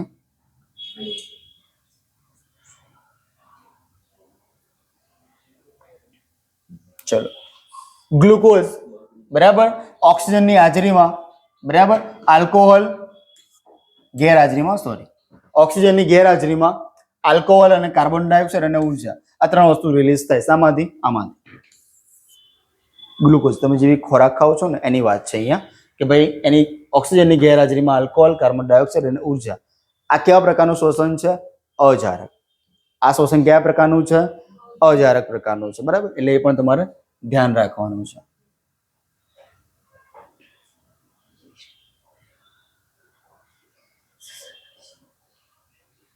ચલો, યીસ્ટ છે એ કેવો જીવ છે ભાઈ? એક કોષીય. યીસ્ટ છે એ કેવો જીવ છે? એક કોષીય સજીવ છે. તેઓ અજારક રીતે શ્વસન કરે છે. આપણે હાલ કથા કરી એ જ છે. આ પ્રક્રિયા દરમિયાન આલ્કોહોલ બને છે, આની પણ હાલ વાત કરી આપણે. તેથી તેનો ઉપયોગ વાઇન અને બીજું છે બિયર. બિયર શાનું બને ભાઈ? જવનું પાણી છે, બીજું કઈ નથી. જવનું પાણી છે, બરાબર. પાણી પ્રક્રિયાથી એને બનાવવામાં આવે છે, બરાબર. બિયર છે. આ બધું અજારક શ્વસનનો એક ભાગ છે. ઓકે, પછી ચર્ચા કરીશું. પોઈન્ટ યાદ આવ્યો તો જ્યારે થોડા સમય માટે ઓક્સિજનની ઉણપ હોય ત્યારે આપણા સ્નાયુઓ પણ અજારક શ્વસન કરે છે. બહુ જ મહત્વનો પોઈન્ટ છે, બરાબર. જ્યારે આપણા જે શ્વસન અંગો છે, બરાબર, એ યોગ્ય રીતે કામ ના કરતા હોય તો બી એવું નથી હોતું કે આપણે શ્વસનની પ્રક્રિયા બંધ કરી દઈએ છીએ. આપણે ચેતાતંત્રની વાત કરીએ એમાં એક આપણે ભાગ જોયો હતો કે અનિચ્છનીય. આપણે ક્યારેય ઈચ્છવું નથી કે આમ કહેવાય ને કે ભાઈ એક રેગ્યુલરિટી હોવી જોઈએ અને આપણું શરીર છે ને આપણને સંકેત આપે, બરાબર. ક્યારે એવું થયું કે આમ તમને આમ કોઈ મગજથી અંદરથી આંકડો એ શ્વાસ લે એવું ત્યારે તમને આમ કે કીધું હોય એવું ક્યારેક કહ્યું નહીં ભાઈ? કેમ કે અમુક કાર્ય ફિક્સ કરેલા જ છે, શરીરના અંગોના અમુક કાર્ય આપેલા જ છે. આપણે વાત કરીએ પાછલું મગજ છે, બરાબર. અમુક એને એક મસ્ત નામ આપેલું છે અનકોન્શિયસ માઇન્ડ, અર્ધ જાગૃત જે આપણું, બરાબર છે, બરાબર. એ અમુક એને કામ આપેલા જ છે. તમે કહો કે ના કહો એ એનું કામ કરવાનું જ છે. આપણે એને શું જોયું હતું? ઓટોનોમસ જે નર્વસ સિસ્ટમ છે એમાં શું જોયું હતું કે શ્વાસોશ્વાસની ક્રિયા છે, હૃદયનું ધબકવું, પછી આ લોહીનું પરિભ્રમણ છે, એટલે કે જેનું બ્લડ પ્રેશર છે, બરાબર. એ તમે કહો કે ના કહો એ લોકો એને મેન્ટેન કરતા જ હોય છે, બરાબર. તો એવી સિચ્યુએશન એટલે કે જ્યારે આપણે શરીરમાં ઓક્સિજન લેવલ ઓછું હોય ને તો બી એ લોકો એની ક્રિયા બંધ નથી કરતા. કેમ? કેમ કે એ લોકો પછી અજારક શ્વસન ચાલુ કરી દે. એટલે કે ક્યાંક અજારક શ્વસન એ લોકો ચાલુ કરી. ઓક્સિજન કદાચ આપણો ઓછો હોય કે એની ગેરહાજરીમાં પણ એ શ્વસન થતું હોય. એટલે ક્યારેક સજીવો પણ આ શ્વસન કરતા હોય છે, રેર કેસમાં, બરાબર છે, રેર કેસમાં. એટલે એ વસ્તુ ના કહી શકાય. જોઈએ આપણે કે થોડા સમય માટે ઓક્સિજનની ઉણપ, બરાબર, હોય ત્યારે આપણા જે સ્નાયુઓ છે એ અજારક શ્વસન કરે છે. આપણે જે પેલી વાત કરી છે ને કે બગાસું ખાઈએ, ઓક્સિજન લેવલ જેવું ઘટી જાય, આપણે મોટું બચકું ભરી આવવાનું, બરાબર. પછી ભલે ને આજુબાજુમાં કાર્બન ડાયોક્સાઇડ હોય તો ભલે, મેથેન, ઇથેન, પ્રોપેન, બ્યુટેન જે હોય તો ભલે ખાઈ લઈએ છીએ. બરાબર. તો આ એ શું છે? આ એક અજારક શ્વસન આપણે એ કર્યું છે. તમે શ્વસન ક્રિયાથી ઓક્સિજન લો અને જે પેલો આમ કહેવાય ને આપો કહીને જે તમે હવાનો જથ્થો મોઢામાં નાખી દો, બરાબર, એ વસ્તુ તો એ એક પ્રકારનું અજારક શ્વસન કહી શકાય. ક્યારેક ક્યારેક, બરાબર. શું લાગ્યું છે અહીંયા? થોડા સમય માટે. હવે રેગ્યુલર નથી બગાતા ખા ખા કરતા. ઓકે, હા, બરાબર. ક્યારેક તો મને બીક લાગે કે આ માઇક એમાં જતું ના રહે, એટલું મોટું હોય એમ. ચલો, તો ક્યારેક ક્યારેક ઓક્સિજનની ઉણપના કારણે આપણે અજારક શ્વસન કરતા હોઈએ છીએ. ચલો, હવે આ જે છે સૌથી વધારે ક્યાં ખર્ચાય છે આપણી ઉર્જા? આપણી ઉર્જા જ્યાં ખર્ચાય ને ત્યાં તમારો ઓક્સિજન છે એ તમને સૌથી વધારે એમાં જોઈએ. બરાબર. જેમ કે અહીંયા વાત કરી, ભારે કસરત કરતા હોય, તમે એક્સરસાઇઝ ભારે કસરત કરતા હોય, ઝડપથી દોડતા હતા, તો હાલ તમને ખબર જ છે એ જ કામ ચાલે છે. બરાબર છે. એવું લાગે છે પગની પાણીથી છે ને આમ ઓક્સિજન ઉછીને બહાર ગયા તો. બરાબર છે. સાયકલ ચલાવવી, બરાબર, કલાકો સુધી ચાલવું, મીન્સ કે કન્ટિન્યુ ચાલતા જ રહેવું. ઓકે. ભારે વજન ઉચકવું, આ બધી ક્રિયામાં વધુ શક્તિની જરૂર પડે છે. આ બધી જે ક્રિયા છે સ્વાભાવિક છે. આમાંથી એક ક્રિયા એવું કહો કે સાહેબ આમાં ક્યાંય ઉર્જા ખર્ચાતી નથી, એક ક્રિયા એ બતાવો. કોઈ જ નહીં. બરાબર.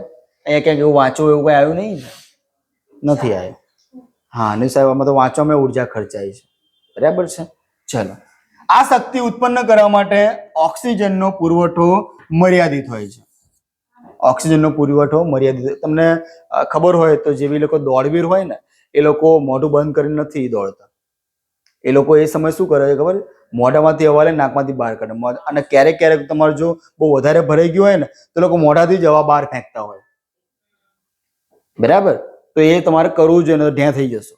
બહુ સ્પીડ વધારે આવી ગઈ, બરાબર, તમે જો ઓક્સિજન છે એ કોઈ વ્યવસ્થિત જો તમે એને બહાર નથી કાઢી શકતા ને તો એ ડખા થઈ જાય. બરાબર. તમારે ઓક્સિજન મોઢાથી લેતા જવાનું, લેતા જવાનું. એ આખી પ્રોસેસ છે તમારે જાળવી રાખવાની. બરાબર. નહીં તો પછી પેલા મિલ્ખા સિંહમાં ખબર ભાઈ દોડવાની શરૂઆત તો બહુ જોરદાર દોડે, વચ્ચે ઢ્યાં થઈ જાય, હાંફી જાય છોકરો. ઓકે. તો એક આ વસ્તુ, આ બધી ટેકનિક છે, તમારા કોચ ગાઈડ તમને બધું કહેતા જ હશે. તો આ બહુ જરૂરી છે આ વસ્તુ. ઓકે. ચલો, ત્યારબાદ શક્તિની જરૂરિયાતને પૂરી કરવા માટે સ્નાયુ કોષો અજારક શ્વસનની પ્રક્રિયા કરે છે. બધું તમને ફરીને એ જ વસ્તુ આવવાનું છે. તમે જે અંગો છે, આપણા શ્વસન અંગો છે, ત્યાંથી તમે શ્વાસ લો, એટલે કે શ્વસનની ક્રિયા કરો. અને જ્યારે તમારે અમુક કિસ્સામાં તમારે જે કહેવાય ને કે વધારે ઓક્સિજનની જરૂર હોય ત્યારે તમારે અજારક શ્વસન કરવું જ પડે. તો તમે એમ ના કહો કે હું ક્યાં અનુવિલોમ કરવા બેસી જાઉં પછી આમ મસ્ત આમ પુરવઠો ભેગો કરો પછી દોડું. એવું ના થાય. ત્યારે પણ તમારે જ્યારે દોડતા હોય ત્યારે તમારે મોઢાનો બી ઉપયોગ કરવાનો છે શ્વાસ લેવા માટે. બરાબર છે. તો એ શું છે? એક અજારક શ્વસનનો એક ભાગ છે. આજે હમણાં આવી ગયું, બરાબર, કે ગ્લુકોઝ છે, બરાબર, ઓક્સિજનની ગેરહાજરીમાં લેક્ટિક એસિડ અને ઉર્જા આ છોડે છે. આ બીજો મહત્વનો પોઈન્ટ આવ્યો. બરાબર છે કે ગ્લુકોઝ છે સ્નાયુઓમાં ખાસ ધ્યાન રાખજો, સ્નાયુઓમાં ઓક્સિજનની ગેરહાજરીમાં લેક્ટિક એસિડ અને શક્તિ. લેક્ટિક એસિડ છે ને ભાઈ, એ શક્તિનો સ્ત્રોત છે તમારું જે છે આ શરીરને ચલાવવા માટે જો કોઈ મહત્વનું કોઈ અંગ મતલબ પરિબળ હોય તો એ છે લેક્ટિક એસિડ. આનું ઘટ થવા લાગે ને એટલે તમે થાકી જાઓ. હેરાન થઈ જાઓ. બરાબર. એટલે કે આ જે એકલું ખાલી નહીં કે ભાઈ દહીંમાં જ છે, આપણું શરીર પણ અમુક ટાઈમે આનો કહેવાય ને કે ઉત્પાદન કરતું હોય છે. ઓકે. આની ઘટ આવે તો તમે થાકી જાઓ, હાંફી જાઓ, તમે આગળ કંઈ કામ ના કરી શકો. ઓકે. એટલે કે ગ્લુકોઝની અંદર ઓક્સિજનની ગેરહાજરીમાં લેક્ટિક એસિડ પ્લસ શક્તિ એટલે કે ઉર્જા આનું ઉત્પાદન થતું હોય છે. ઓકે. પહેલામાં શું હતું? અજારક શ્વસનમાં પહેલું જોયું હતું આપણે કાર્બન ડાયોક્સાઇડ અને બીજું શું હતું? કાર્બન ડાયોક્સાઇડ અને બીજું શું રિલીઝ થતું હતું? પાણી. બરાબર. પછી આપણે બીજું એક ફોર્મ્યુલા જોયું હતું ઓક્સિજનની ગેરહાજરીમાં ગ્લુકોઝમાંથી બીજું કઈ વસ્તુ રિલીઝ થતું હતું? ઉર્જા, બરાબર. એ પછી પાછું એક જોયું અજરાક શ્વસનમાં આલ્કોહોલ અને, બરાબર છે. તો આ વસ્તુ બધું તમારે કહેવાય ને કે એક નોટ્સ એ બનાવી દેવાની કે આ બધા વાક્યો મોટા મોટા વાંચવા ના પડે. કી પોઈન્ટ લઈ લેવાના, કી પોઈન્ટ ઉચકીને મૂકી દેવાના અને પછી એનું જ રિવિઝન કરવાનું. ઓકે, ચલો. ભારે કસરત દરમિયાન સ્નાયુ ખેંચાઈ કેમ જાય છે? ભારે કસરત કરે ને પછી જાણે કે એવું લાગે કે કોઈ આમ નીચોઈ દીધા હોય આમ, બરાબર. એનું કારણ શું છે? એનું કારણ હમણાં જે આની આગળની સ્લાઇડમાં ગયું, બરાબર છે. જોઈએ આપણે.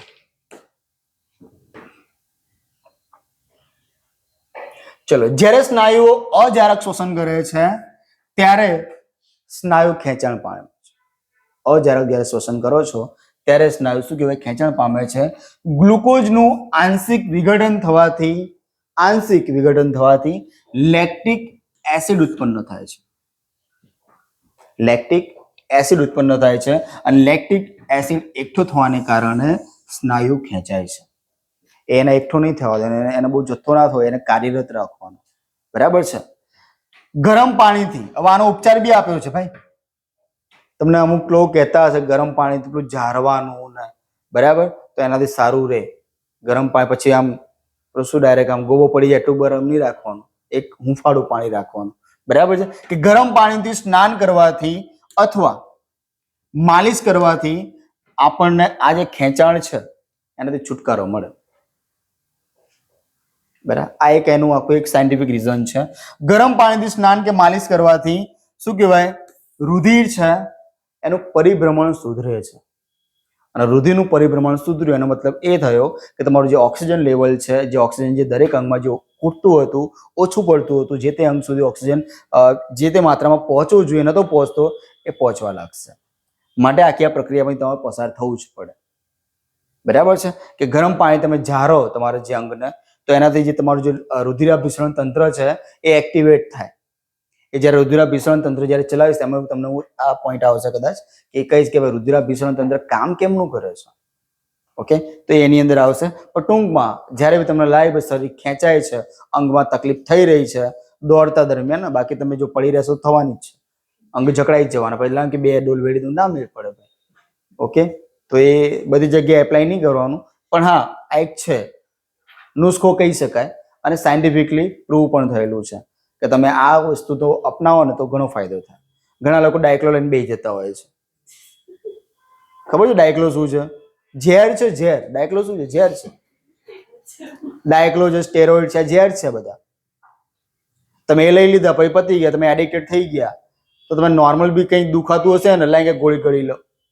તો ગોળી ગળવી એ કે જ રોગનો ઈલાજ નથી. એ તમને કલાક, 2 કલાક, 3 કલાક તમને રિલીઝ કરશે કે હા ઓકે હવે હું કંઈક જીવું છું એવું લાગે છે, પણ તમે જીવતા નથી, તમે મોત તરફ આગળ વધી રહ્યા છો. હા, કેમ? એનું કારણ છે. 2 શબ્દો આવે છે સાયન્સમાં, એમાં બી ફાર્માસ્યુટિકલમાં, ફાર્માકોકાઇનેટિક ને ફાર્માકોડાયનેમિક. 2 શબ્દો બહુ જ મહત્વના છે, ફાર્માકોડાયનેમિક અને કાઇનેટિક. ડાયનેમિકમાં શું હોય કે તમે જે દવા લો છો એ તમારા શરીરને શું અસર કરે છે, એ આખો એનો અભ્યાસ છે. આ થોડું ડીપમાં જઈ રહ્યો છું, એસએસસી સ્ટાફ સિલેક્શન લેવલનું છે આ, બરાબર. પણ મારે તમને ખાલી ઉપરથી છપછબિયા કરાવવાના છે કેમ કે આપણે આમાંથી એક્ઝામમાં પૂછાય છે. ફાર્માકોડાયનેમિક અને ફાર્માકોકાઇનેટિક્સમાં એવી વસ્તુ હોય કે ડાયનેમિકમાં શું હોય કે જે તમે દવા લો છો ને, ડ્રગ્સ તમે જે લો છો, ડ્રગ્સ મીન્સ કે ટેબ્લેટ ના દવા, ડ્રગ્સ એટલે પેલું મોર્ફિન વાળું નહીં, બરાબર છે. તો એ તમે જે દવા લો છો એ તમારા શરીર પર શું ઇફેક્ટ કરશે એ એનું વિજ્ઞાન. સમજો છો? ડાયનામિકમાં શું હોય, તમે જે દવા લો છો એ તમારા શરીરને શું ઇફેક્ટ કરશે એનું. ફાર્માકોકાઇનેટિકમાં શું હોય કે જેમ તમે દવા લો છો ને તમારું શરીર એની પર શું ઇફેક્ટ કરશે એનું વિજ્ઞાન. સમજો છો? ક્યારેક તમે બહુ હેવી એસિડિટી થઈ હોય ને પેલું લીધું હોય ગોળી, ટેબ્લેટ જે બી લીધી હોય, બરાબર, એની અસર જ ના થાય. એનું કારણ શું કે તમારા શરીરમાં એટલું એસિડિક લેવલ વધી ગયું છે ને કે દવા પણ એની સામે ભસ્મીભૂત થઈ ગઈ છે. તો એ જે સાયન્સ છે ને એને કહેવાય ફાર્માકોકાઇનેટિક્સ. આખા ગ્રંથ આવે ભક્તો, આ તો ખાલી 2 શબ્દો સમજાય છે. આ 2 શબ્દો ઉપર આખા લોકો પીએચડી કરે છે, બરાબર છે. તો આ વસ્તુ આપણને એવું લાગે અને કોઈ બી દવા હોય ને એ તરત ઇફેક્ટ ના કરે, સિવાય કે તારે હાલ કે ઇનો 2 સેકન્ડ में 6 सेकंड में, બરાબર, પણ એટલા જલ્દી પછી હતું ને એવું થઈ પણ જાય છે જેસે થે, બરાબર. કોઈ પણ ડ્રગ્સ છે એ તમારા આખા બોડીમાં ઇફેક્ટ થતા મિનિમમ 3 કલાક લાગે. અને તમે એવી અપેક્ષા રાખો કે મેં પેન સ્ટોપ લઈ લીધી, મારું માથું કેમ દુખાતું બંધ થતું નથી, એટલે વાર લાગે, એ બધે પહોંચે શરીરના અંગો સુધી, એ વાર લાગે. હવે અંદર ઓગળી છે કે નથી ઓગળી એ પણ એક વિષય છે. તો તરત ઇફેક્ટ ના કરે, તો બોટલ ચડાવવી પડે. કેમ? કેમ કે ડાયરેક્ટ શીરામાં હોય, શીરામાં, બરાબર, પેલું નહીં, બરાબર, હા, વેન, બરાબર. કેમ કે એમાં અશુદ્ધ રુધિર હોય અને આખી પ્રોસેસમાંથી પસાર થતું હોય એટલે જલ્દી ઇફેક્ટ થાય, એટલે તમને જલ્દી આરામ તમને થાય. ગમે એટલો તાવ હોય, એક બોટલ ચડો તમે પડસો થઈ જાવ. કેમ? કે ભાઈ પેલું ડાયરેક્ટ લોહીમાં નસમાં ગયું છે, બરાબર. અને પેલી દવા અંદર પહેલા તો જઠરમાં જાય, ઓગળે, પછી બધું કહેવાય ને કઈ પ્રક્રિયામાંથી પસાર થાય, ખબર નહીં ક્યારે બ્લડમાં ભળશે, એ પછીની વાત છે. એ ભળશે પછી આગળ કામ થશે. આ પેલું ડાયરેક્ટ નસમાં જ આપે એટલે બધે ભ્રમણ થઈ ગયું. ઓકે, તો આખી એક આ વસ્તુ છે. તો અહીંયા ગરમ પાણીથી આપણે ભટક્યા હતા કે ત્યારે થાક લાગે તો ગરમ પાણીથી નાહી લેવાનું, બરાબર. બહુ ગરમ ના રાખવાનું, ફોલ્લા પડી જાય. ચલો, પરિણામે કોષોને મળતા ઓક્સિજનનું પ્રમાણ વધે છે. શાનાથી? આ ગરમ પાણી તમે ઝારવાની પ્રક્રિયા મેં કીધી ને, આ એની વાત છે કે જે કોષોને મળતા જે ઓક્સિજનનું પ્રમાણ છે એ વધે છે.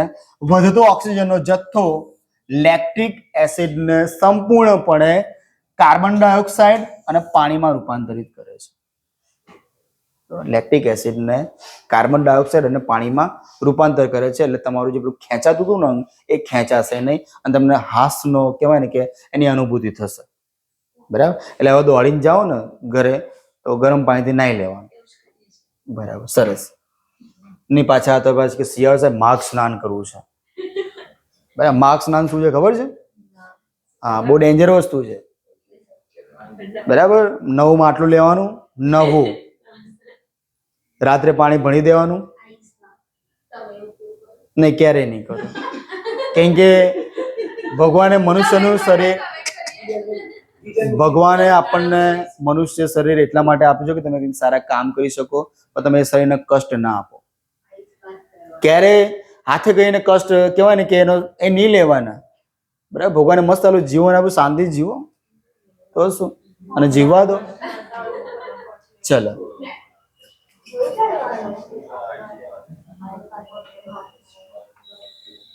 ચલો આગળ વધીએ આપણે. તે એક અવિરત પ્રક્રિયા છે જે સજીવના સમગ્ર જીવનકાળ દરમિયાન સતત ચાલતી રહે છે.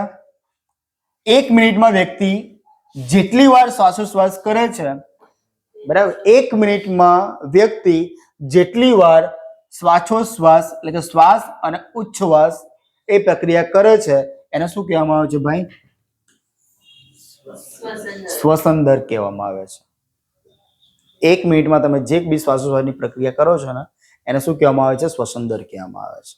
ઓકે, શ્વાસોશ્વાસ દરમિયાન શ્વાસ અને ઉચ્છ્વાસની પ્રક્રિયા વારા ફરતી થાય. કોઈ કેમ આવે તો શ્વાસ જ લીધે રાખો છે, બહાર કાઢવું જ નથી, કોઈ છે? પોસિબલ જ નથી ભાઈ, બરાબર. વારા ફરતી થાય ને ભાઈ, આ સ્વાભાવિક છે. શ્વસન એટલે એક શ્વાસ અને એક ઉચ્છ્વાસ. આપણે કથા કરી નાખી. ચલો, શ્વાસોશ્વાસ એટલે કે ભાઈ ઓક્સિજન યુક્ત હવા અંદર લેવી અને શ્વસન અંગો, જે આપણા શ્વસન અંગો જે આપણે વાત કરી હતી એની અહીંયા કરી છે વાત, કે દ્વારા કાર્બન ડાયોક્સાઇડ યુક્ત હવાને શું કહેવાનું કે તું બહાર જા, અમારે ઓક્સિજનની જરૂર છે, બરાબર. અને ઓક્સિજન યુક્ત હવા શરીરની અંદર લેવાની પ્રક્રિયા એને કહેવામાં આવે છે શ્વાસ, બરાબર. અને કાર્બન ડાયોક્સાઇડ યુક્ત હવા શરીરની બહાર ફેંકવાની પ્રક્રિયાને શું કહેવામાં આવે છે? ઉચ્છ્વાસ. ડગલે ને પગલે તમારે આ વ્યાખ્યાનો સામનો કરવાનો છે. આખા શ્વસન તંત્રમાં આ જ છે, કઈ નવું નથી. હા હા, તમે ગોખીને જ ઘરે જશો, ઊંઘમાંથી કોઈ પૂછે શ્વસન તંત્ર એટલે તરત કે નાસિકા કોટરમાંથી, બરાબર છે. સૂક્ષ્મ રોમન શ્લેષ્મ ગ્રંથિ દ્વારા જે આપણે શ્વસન નળી દ્વારા બરાબર જે ફેફસા સુધી જે હવાનો જથ્થો પહોંચાડે છે અને એ હવાનો જથ્થો શુદ્ધ થઈને જે તે અંગ સુધી પહોંચે છે એ આખું એક સર્કલ છે, આખું એક પ્રક્રિયા છે, એને શ્વસન તંત્ર કહેવામાં આવે છે. તો બોલે સત્યનારાયણ દેવ. એટલે આ એક કથા જેવું લાગશે તમને. ચલો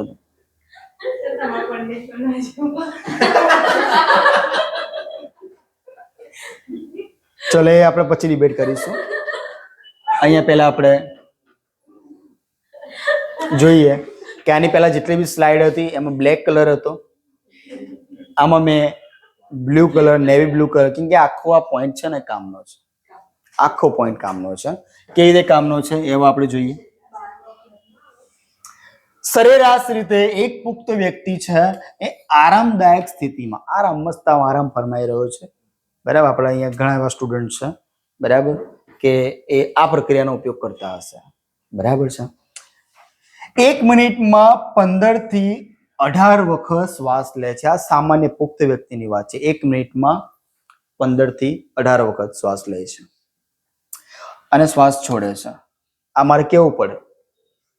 આ મારે કેમ કે અમુક ટાઈમ પેલા પીટી ના શિક્ષક ચલો છોકરાઓ અંદર શ્વાસ લો, રોકો, અને પછી સાહેબ ચોપડી ફેદવા લાગે, હવે શું કરવાનું?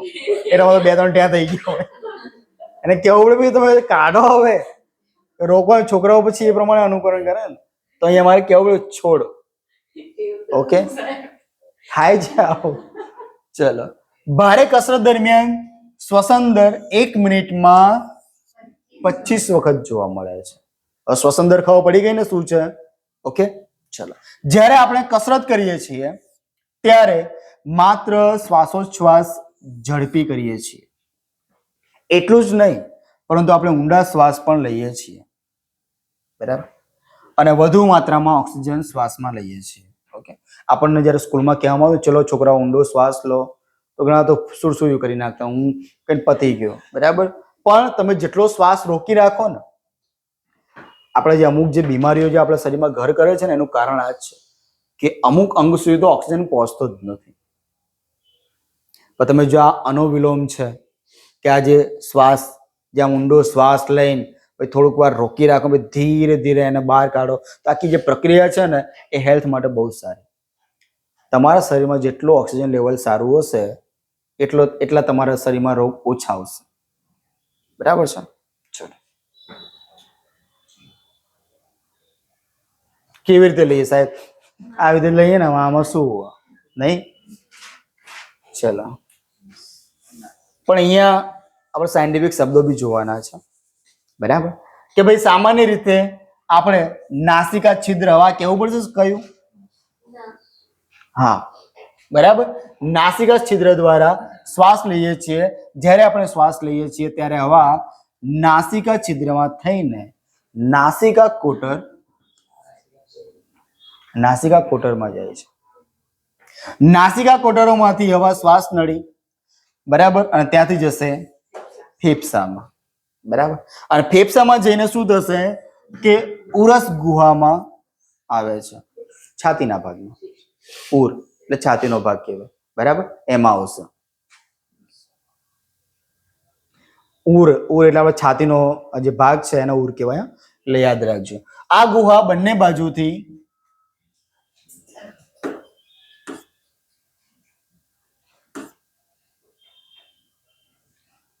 ચલો, આ જે ગુહા એટલે આપણા ઉરની વાત છે, બાજુથી પાંસળીઓ દ્વારા ઘેરાયેલી હોય છે.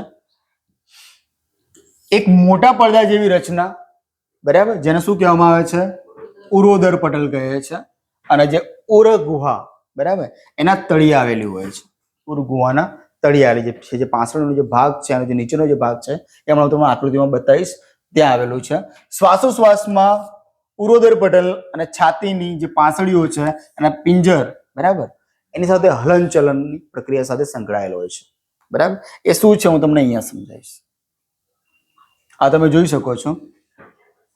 બરાબર છે, આ બે આકૃતિ તમને આપેલી છે. અહીંયા પ્રક્રિયા થઈ છે શ્વાસની, બરાબર, અને બાજુમાં જે પ્રક્રિયા થઈ રહી છે ઉચ્છ્વાસની.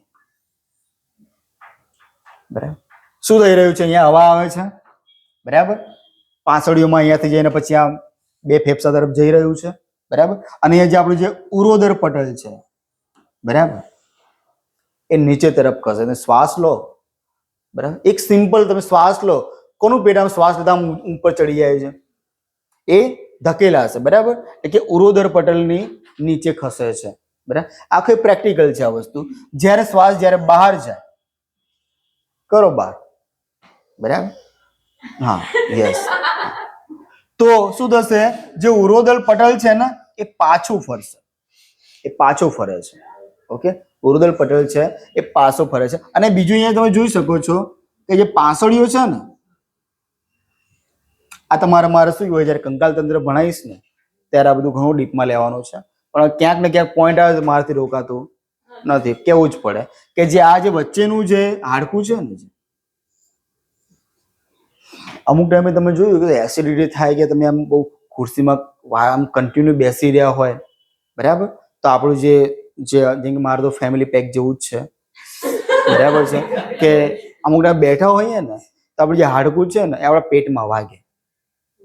હા, વાગે, બરાબર. તો આ જે ભાગ છે એ છે ને થોડો બહારની તરફ, આ દેખાય છે તમને, આખો આ જે ભાગ છે, બરાબર, એ જે આપણું જે ઉરોદર પટલ છે, જે પેટનો જે ઉપરનો ભાગ છે, એ ત્યાં ક્યારેક ક્યારેક વાગતો હોય. કેમ કે આપણે મુદ્રા એમાં બેઠા હોય ને કે આમ દ્વિભંગ મુદ્રામાં હોઈએ, આપણે ભાંગી ગયા હોય છે, વચ્ચે આપણે ટટ્ટા તો બેસતા જ નથી, બરાબર. હા, ભાંગી જાય, બરાબર. તો એ જે આ હાડકું છે ને એને કહેવામાં આવે છે ઉરોસ્થિ. એ હાડકાને શું કહેવામાં આવે છે? ઉરોસ્થિ. પરીક્ષામાં એવું પૂછાય કે પાંસળીઓને જોડતું હાડકું, બરાબર. આ જે પાંસળીઓ છે એને જોડતું હાડકું એને શું કહેવામાં આવે છે? ઉરોસ્થિ કહેવાય, બરાબર છે. તો આ વસ્તુ યાદ રાખજો. જોઈએ આપણે કે શ્વાસ દરમિયાન પાંસળી ઉપર તરફ અને બહાર તરફ નીકળે છે. શ્વાસ દરમિયાન જે પાંસળી છે એ ઉપર તરફ, બરાબર, અને બહાર તરફ નીકળે છે. ઉરોદર પટલ નીચે જાય છે. ઉરોદર પટલ છે એ ક્યાં જાય છે? એ નીચે જાય છે. આ હલનચલન આપણી ઉરસ ગુહાના અવકાશમાં વધારો કરે છે અને હવા ફેફસાની અંદરની તરફ જાય છે. ફેફસા હવાથી ભરાય છે. આખી જે પ્રક્રિયા છે, જે તમે પ્રેક્ટિકલ તમે જે રેગ્યુલર કરો છો ને એ વસ્તુ અહીંયા તમને શાબ્દિક રૂપ આપવામાં આવ્યું છે કે આવું કંઈક હોય છે અને આ જ વાસ્તવિકતા છે. ઓકે, આ તમે જોઈ શકો છો આકૃતિ, બરાબર. આ ખાસ જોઈ લેજો, કદાચ આકૃતિમાં બી તમને ખબર પડી જાય કે ભાઈ હવા અંદર જાય છે અને પાંસળીઓ દ્વારા મારફતે જે છે, બરાબર, એ ફેલાય છે, બરાબર, અને ફેફસામાં હવા જાય છે. હવા જ્યારે બહાર જાય તો શું કે પાંસળીઓ પાછી ખેંચાય છે. તમે હવા બહાર કાઢો તો બધું આમ ભેગું થતું હોય ને એવું લાગશે. ઓકે, અને જે ઉરોદર પટલ છે એ પાછું ફરશે, બરાબર. અહીંયા તમે જો આ શું કહેવાય, થોડું નીચું થઈ ગયું છે, અહીંયા પાછું ઉપર આવશે, પાછું ફરશે.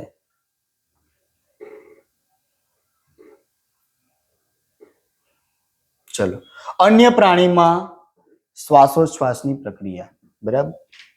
મનુષ્યમાં ખબર પડી ગઈ? પડી ગઈ કે નહીં પડી? મનુષ્યમાં ખબર પડી શ્વાસોચ્છ્વાસની પ્રક્રિયા કે ફરીથી ચાલુ કરું? હા સાહેબ, આ જુલમ ના કરો.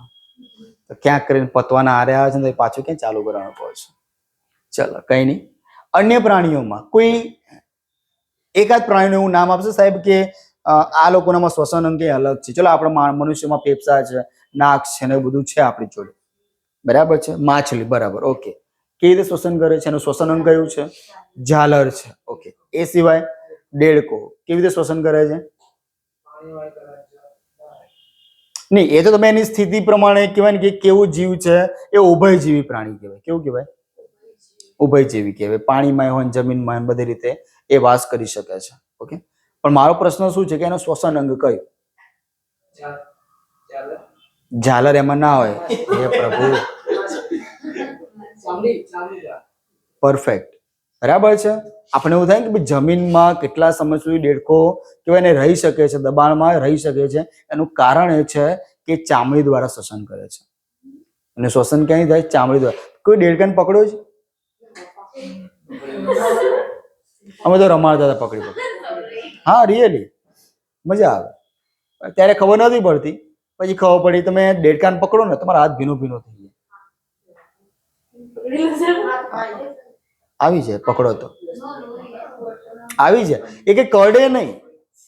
હા, મોટા દેડકા હોય એના નખ કદાચ વાગે બાકી એ લોકો કડે નહીં. આ તમે લેબમાં જો બચ્ચાને ફાડી નાખે આ લોકો. બરાબર, એની પર તો આપણે બેન મૂક્યું, પ્રોહિબિશન આવી ગયું.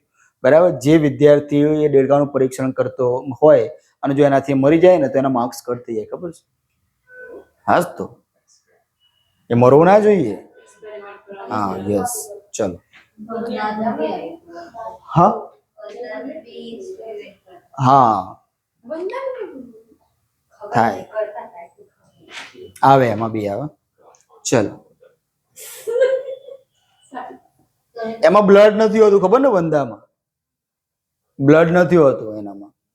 હા, એમાં એક પ્રકારનું વ્હાઇટ લિક્વિડ હોય, બાકી એનામાં બ્લડ ના હોય. એક રંજક દ્રવ્ય આવેલું હોય એનામાં, એ એને શું કે ઉર્જા પ્રોવાઈડ કરતું હોય. બરાબર છે. ચલો જોઈએ, 2 સાચા જવાબ મળ્યા. એક તો ભાઈ માછલી ઝાલર દ્વારા, અને બીજું આ ભાઈએ કીધું દેડકો છે એ ત્વચા દ્વારા. એ સિવાય બીજું કોઈ છે? કેમ તમને અળસિયું શબ્દ કેમ યાદ નહીં આવતો? કે સાહેબ અળસિયું છે, બરાબર, આમ તો ક્યાંય નહીં, પણ પેલા ચોમાસું વરસાદ પણ પેલા ખાડા બાડા દેખાઈ જાય ને આમ જમીનમાં કંઈક એવું, તો પેલા અળસિયા તરત બહાર આવે છે. તો શું એ વરસાદમાંથી ટપક્યા? નહીં, એ જમીનમાં છે જ, જમીનમાંથી ઓક્સિજન મેળવે જ છે. પણ જ્યારે આવું વરસાદ કે એવું કંઈક જ્યારે જમીન ધોવાય ત્યારે એ બધા બહાર નીકળે. તો એ બી શ્વસન ક્યાંથી કરે છે? ચામડી દ્વારા. ઓકે, તો આ વસ્તુ બી ધ્યાન રાખવાનું છે. ચલો, આપણી વાત આવી આ બધી કે હાથી, સિંહ, ગાય, બકરી, દેડકા, ગરોળી, સાપ જેવા પ્રાણીઓ છે, બરાબર, મનુષ્યની જેમ ઉદર ગુહામાં ફેફસા ધરાવે છે. હવે ફેફસા આવી ગયા એનો મતલબ કે ભાઈ શ્વસન અંગ એનું કયું છે? ફેફસા છે.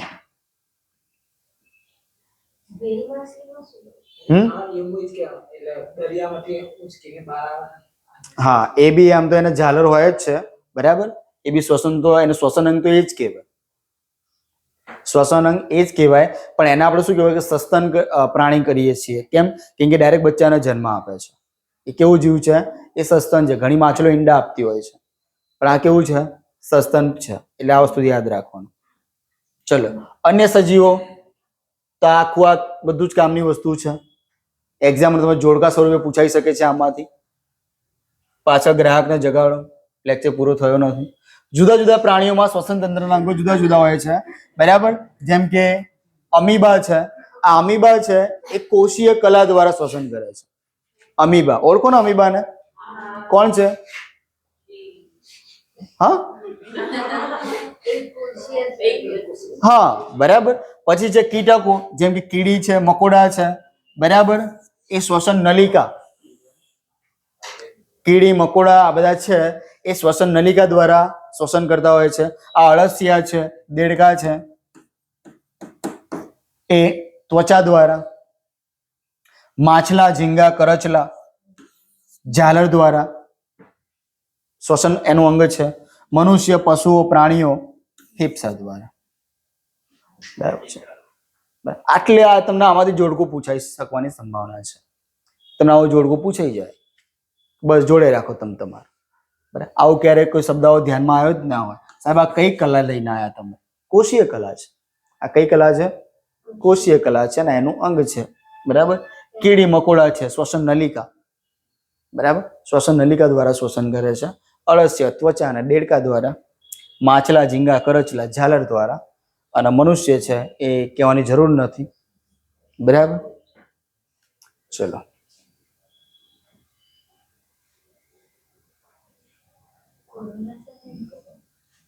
ચલો. વંદો, વંદો શરીરની બંને બાજુએ, એના જે વંદો હોય ને એના શરીરના બંને બાજુએ નાના નાના છિદ્રો હોય, બંને બાજુએ. અન્ય જીવજંતુઓ પણ આવા છિદ્રો ધરાવતા હોય છે, બરાબર. અહીંયા તમે જો પેલી શ્વાસ નળી એની કંઈક આવી રીતે ગોઠવાયેલી છે, બરાબર. આ કંઈક આવી રીતે કંઈક ગોઠવાયેલી છે શ્વાસ નળી એની,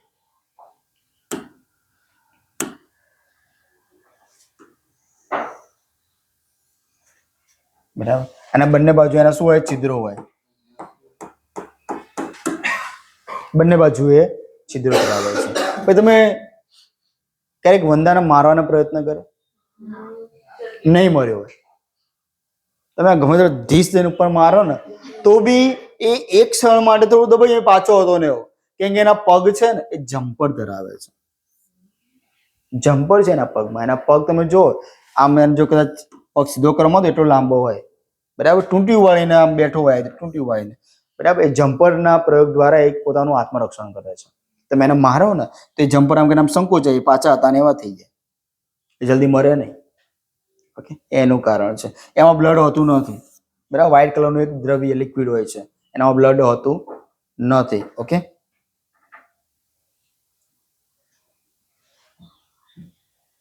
આપણે હમણાં વાત કરી કે નાના નાના જે છિદ્રો છે, બરાબર, જેને શ્વસન છિદ્ર કહેવામાં આવે છે, એ શું કરે છે? વાત વિનિમય. આ વાત વિનિમય એટલે શું? વાત એટલે હવાનું વિનિમય, એટલે કે હવાનું વિનિમય કરે છે, બરાબર. માટે કીટકો છે એ જાળું ધરાવે છે, જેને શ્વાસ નળી, જે હમણાં પેલું જોયું ને આપણે કોક્રોચમાં જોયું, વંદામાં, એ શ્વાસ નળી ધરાવે છે. ઓકે, એટલે બંને બાજુ એના છિદ્રો હોય અને આખી જે શ્વાસ નળી છે એ બધે કહેવાય ને કે આખી સંકળાયેલી હોય. એ છિદ્રો દ્વારા એ લોકો હવા ખેંચે અને પ્રમાણે એમનું શોષણ થતું હોય છે.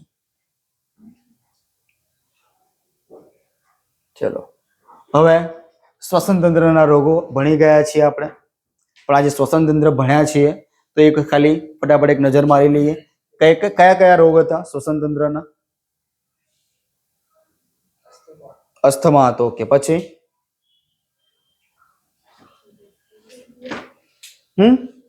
ટીબી હતું. ગુડ. પછી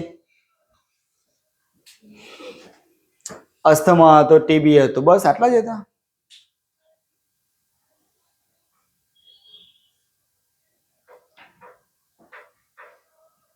શ્વાસ નળીનો સોજો આવું કઈ સાંભળ્યું હતું?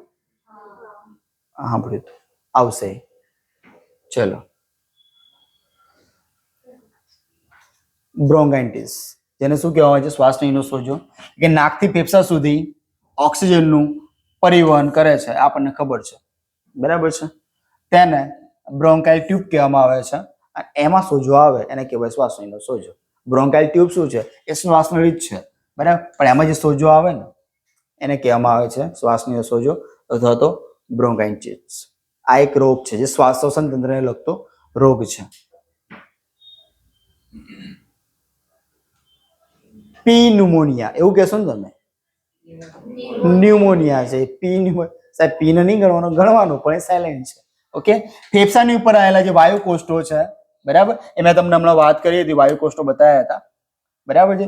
એ ફેફસાની ઉપર જે વાયુ કોષો આવેલા છે, બરાબર, એ પાણી અને પસ એટલે કે પરુ, બરાબર, પાણી અને પસ એટલે કે પરુથી ભરાઈ જાય, બરાબર, ત્યારે દર્દીને ખાંસી, તાવ અને છાતીમાં ભરાવો રહે છે. આ એક રોગ છે ન્યુમોનિયા, બરાબર. જનરલી તમે જો ભીના કપડાં લાંબા સમય સુધી પહેરી રાખ્યા હોય તો બી આવું થાય, બહુ વધારે પલળ્યા હોય તો બી આવું થાય, બરાબર છે. એટલે 9 પેલા કોરા થઈ જવાનું અને ટેણિયા તો પલળવા જ નહીં દેવાના, એને તો પેલું લીલું પોતું કઈ સાફ કરી દેવા.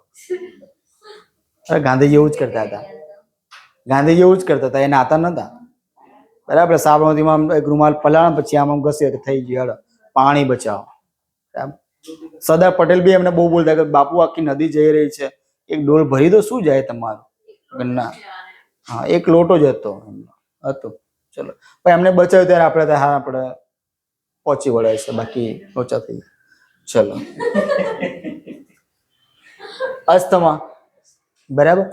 અસ્થમાની અંદર શું હોય કે ભાઈ આંતરસ્ત્રાવની ઉણપના કારણે શ્વાસ વાહિકાઓ છે એ ઉત્તેજિત રહે છે, જેના કારણે ઓક્સિજન છે એ ફેફસા સુધી પહોંચવું મુશ્કેલ છે. ટૂંકમાં એમ કહું કે જે શ્વાસ વાહિની છે, બરાબર, એ સંકોચાઈ જાય, એમાં ઓક્સિજન લેવલ ઘટી જાય.